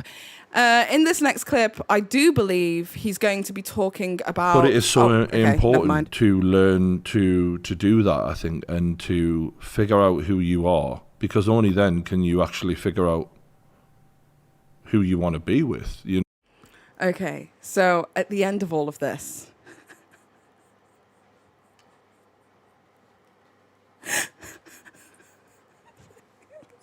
Give me a second. At the end of all of this, True Geordie then goes on to talk about his love life. This is supposed to be an apology video. He starts talking about his love life. I promise you, this guy is just talking about his love life. I don't know what this means. What is this? Just watch. Knowing how to be a better man for that person. Like, take dating, for example, you know? Like, I think when I was young, when I would be on a date with a girl, I'd just be like, let me say whatever the fuck I've got to say to get you into bed with me. Are you showing different aspects of your own personality that are appealing, maybe? I'm not being authentic, right? Okay. There'll be times where I am being authentic, but when it's time to not be authentic, I'll do what it takes. You do whatever to have sex with the pretty girl. A pretty person. Okay. So now I'm going to I'm going to be a lot more like real and just be like, I'm looking for a real one right now. I'm looking for that person, right? So what I don't want to do is waste your time and mine by pretending I'm someone I'm not, for then 5 months down the road for you to realize, actually, this guy's not my kind of guy. Like, right. I'm willing to sacrifice that frivolous sex or whatever it is. For you to know the real me to know the real you. And that's where I'm feeling I'm coming in to be really being a man now, is being the real me and opening up that and owning that and just saying, here's who I am. To everyone, to the world, like if whoever's watching this fucking podcast, but also to a prospective partner, is to say, I don't mind if that's not for you. Yeah. Because I'm looking for someone who absolutely loves what I am. And I'm not trying to hide the bad stuff. I'm just being me. And what the fuck was that? What the fuck was that? Does anyone know? Anyone, a single fucking soul. Nobody, not a single soul. I want to find the love of my life. Guys, like, what was this? Like, what the fuck was this? What is he talking about?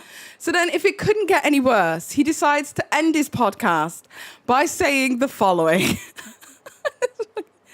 Bearing in mind he's supposed to be apologizing, right, for his xenophobia, right, and his Islamophobia. This is what he's supposed to be apologizing for. This is how he ends his apology video. Okay. Let's get into it. My pauses in between these were quite long. Okay. I will end this because I keep rambling. But thanks again, guys, and we'll see you on the next one. Don't forget to hit that like button if you enjoyed it, and subscribe. Thanks a lot. I'll see you there. What the fuck was that? He said, don't forget to hit the like and make sure you subscribe for more apologies like this. And if you like this apology and you'd like to see more like it, make sure you hit the like and subscribe. Oh my God. What was he doing? I've heard of give me a second. Holy crap. I've seen apologies online online. I've seen apologies online, and we've critiqued them all throughout the years, guys. From Laura Lee crying to Jacqueline Hill, my lipsticks. We have seen them all, and I have never heard somebody ask their audience to like. Wow, ask their audience to like and subscribe at the end of an apology. Oh man, that's beautiful. That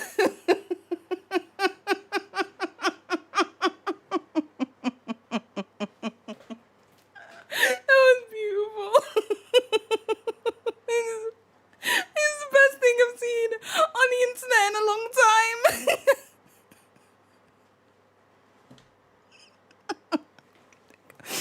Oh, holy crap. Oh, that was brilliant. That's the best thing I've seen in forever. For more apologies like this. Oh, idiot. Okay, so, I need to calm down, man. I've had too much fun this evening. Okay, so after this apology video from True Geordie, it didn't go down that well. He ended up losing sponsors immediately after we discussed that. And then what ended up happening was he made a second apology, which came out today. I haven't watched the video. It's only 4 minutes. So I thought we would watch it together and I would give my humble opinion on it. I haven't watched it, so I don't know if it's any good. So we'll see. You better not ask anyone to subscribe. Oh, Lord. You better not ask anyone to subscribe because that would be brilliant. So let's take a look at this 4-minute video and I'll give my commentary and all that kind of good stuff. So let's take a look. Oh, goodness gracious me. Have you ever seen anything so ridiculous in your life? Oh, right, let's go. What did we just watch? We don't know. Hey guys, I've taken the time out the last few days to just come to terms with how much my words have upset people. The first step was to just listen to all of you, all the tweets, the comments, the messages. That's good. That's what I said. He wasn't fucking listening. My friends, and just to communicate with as many people as I could who were affected by my comments on the live stream. It's massively important to me to hear your point of view on what I said. I want to take as much of it as I can in and digest that and improve. I want to do better. I know for some of you out there, I'm a role model and I want to try to set the best example I possibly can for you lot. I know I was wrong and I want to stand up, not hide away, and I want you to see that I'm truly sorry. I want to ask you guys, do you think that he would have released a second apology if he hadn't lost his sponsors? Put a 1 in the chat if you think he would have released a second apology because the first one was abysmal. And put a 2 in the chat if you think that he wouldn't have released a second apology if he didn't lose his main sponsors. Let's see. Let's see what you guys think. For what I said, and it is not acceptable. So after hearing you and taking some time away from the camera, I want to make some positive changes to myself, and I never want anyone to be caused any harm watching my shows. So here's what I promise to do. I want to continue to speak to my friends, creators, members of the Muslim community on and off camera to understand how my comments hurt them and how... You guys, I'm seeing all the 2s in chat right now and I'm looking at it and all I'm thinking is, you guys, you are so cynical. You're worse than me. I thought I was cynical. You guys are fucking cynical, dude. Similar comments have hurt them in the past, to learn from that and to try and be better. After broadening my perspective and hearing from leaders in the community, I want to better understand how words can cause harm and then change how I conduct myself. And I want you to know that any of you who ever see me out and about in London, you can approach me. Anyone can approach me. I want to reach out to the people I know I've hurt personally, away from social media. I didn't understand the whole, if you see me around in London, you can approach me.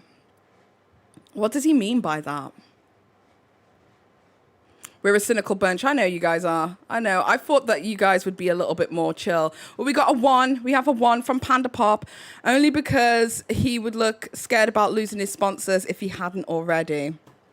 Yeah, that seems like a 1 and a 2. He thought the first one was perfect. I don't know how he pressed play. Like, I don't know how he edited that together and thought, post. Let's post that. Wouldn't you have cut out all of the fucking stupidness? Like, he took that video and he was like, that's it. First of all, an apology video should be done like this, on your own, right? You don't need, like, a chorus. You don't need, like, I'm sorry, I'm sorry, I'm sorry, I'm sorry. I really am, I really am, I really am, I really am.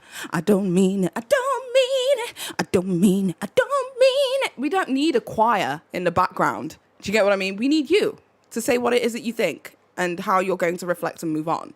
You know what I mean? So, coming out on iTunes. But yeah, what did you guys think about what he said there about people approaching him? Do you think that's like, what is that? Lorelei says, I put 7, confused by everything. It's been a confusing stream. I have a feeling that people in his inner circle came to him, Muslim and otherwise, and told him that he needed to redo his bullshit apology. He needed, yeah, it was bad. It was bad, given.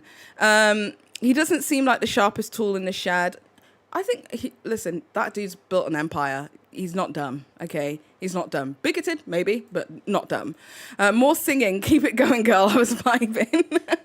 Okay, let's move on. And understand their point of view, and where it's possible, build bridges with them. I know this might not be possible for some of those people that I've hurt, and to those people, I just want to say I'm truly, truly sorry.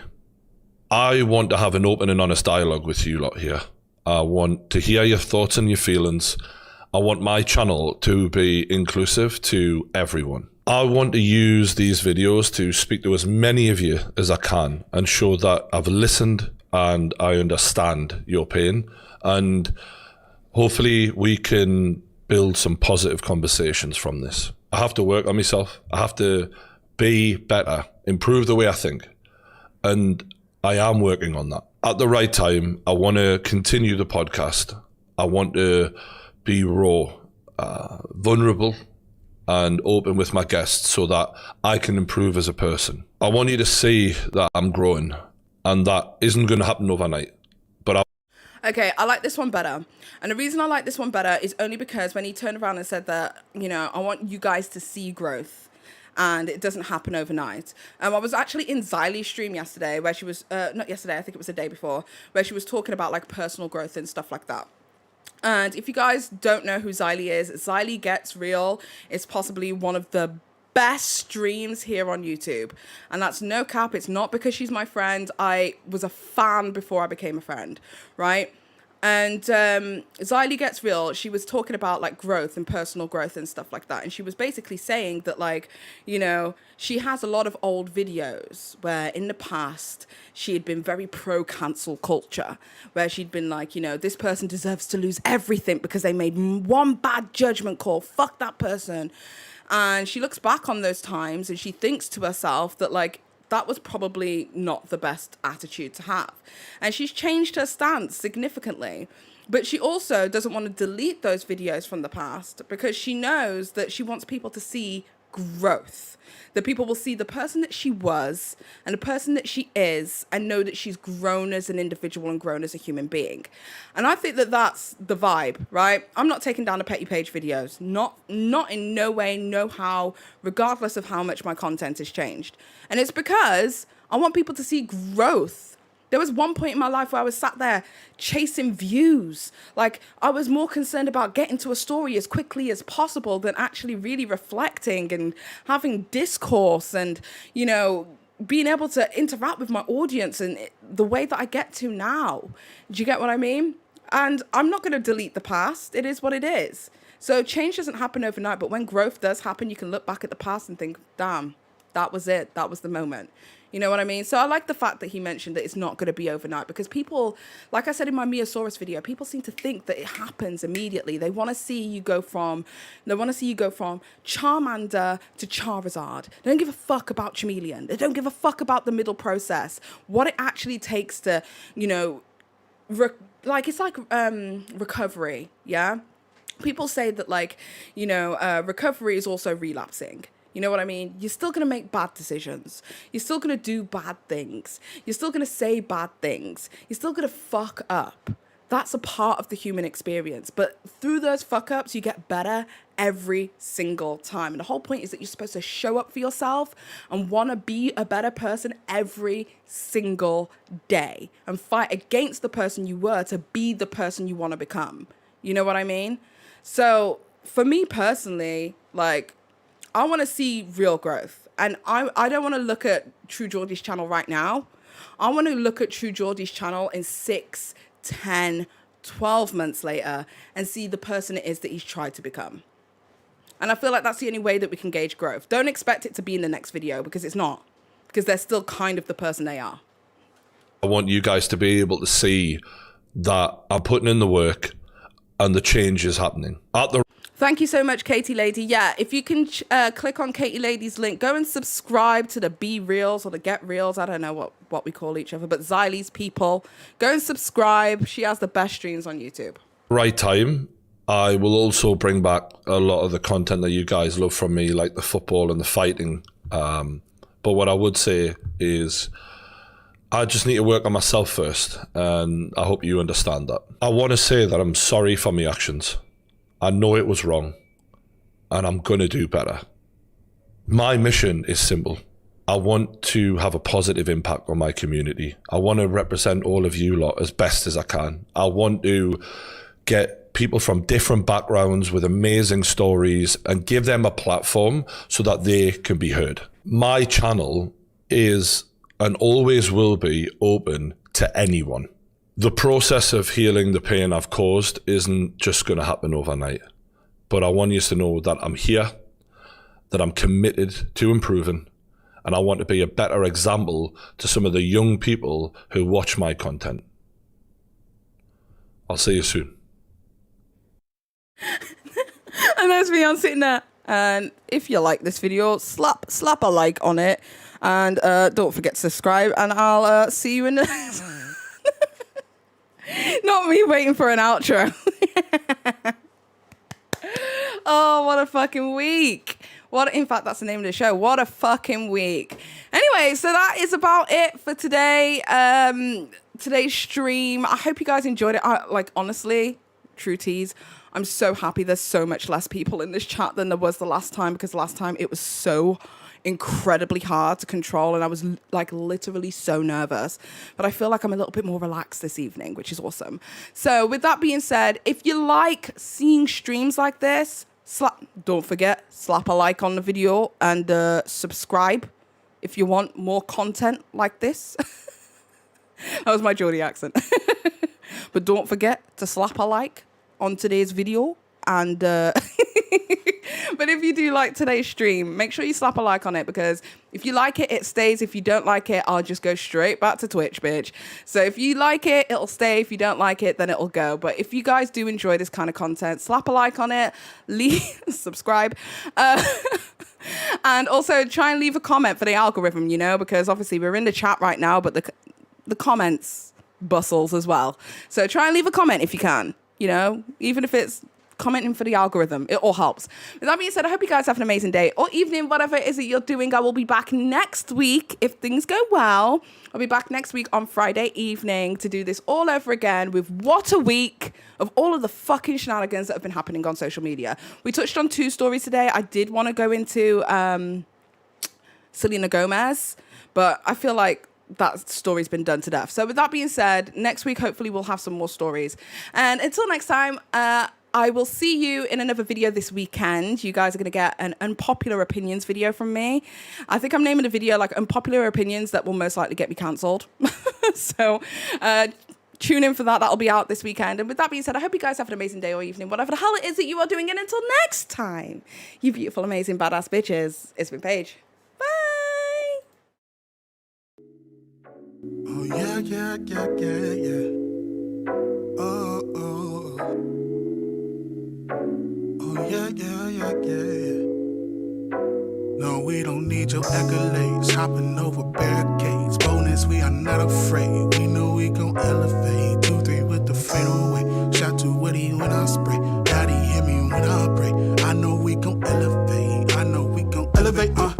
the rise, no hesitation. Put it on my time, being hella patient. Spitting these rhymes in hella basements. Play major stages, still pay fun. Ain't made many wages, still I can't run. I'm a slave to the cadence, still ain't done. Everything to the patrons, till the day's won. But I'm not finished, I know I got some critics, I know they're really cynics, but God, I got no limits. I want a house of Venice, even if I don't get it, then I pray these lyrics elevate your spirit. And if I don't live it, after years and minutes of avoiding gimmicks, I'm pouring out my heart, that I know my rhythms didn't reach the millions, but I praise my Lord that I could be a part. I ain't did this for no trophies, I ain't did this for no list, I did it for the kid who's contemplating, taking place to risk it, man, I pray that you resist, oh you were made for more than this, you can make it through the storm, just turn to him and don't you quit. Boy, I'm all in, check my wrist, you see the kid be saucing, no coughing, no we don't die, we multiplying often, my God sends, more of us that power lasts like Austin, not lost in them accolades, my focus on the cross. We don't need your accolades, hopping over bare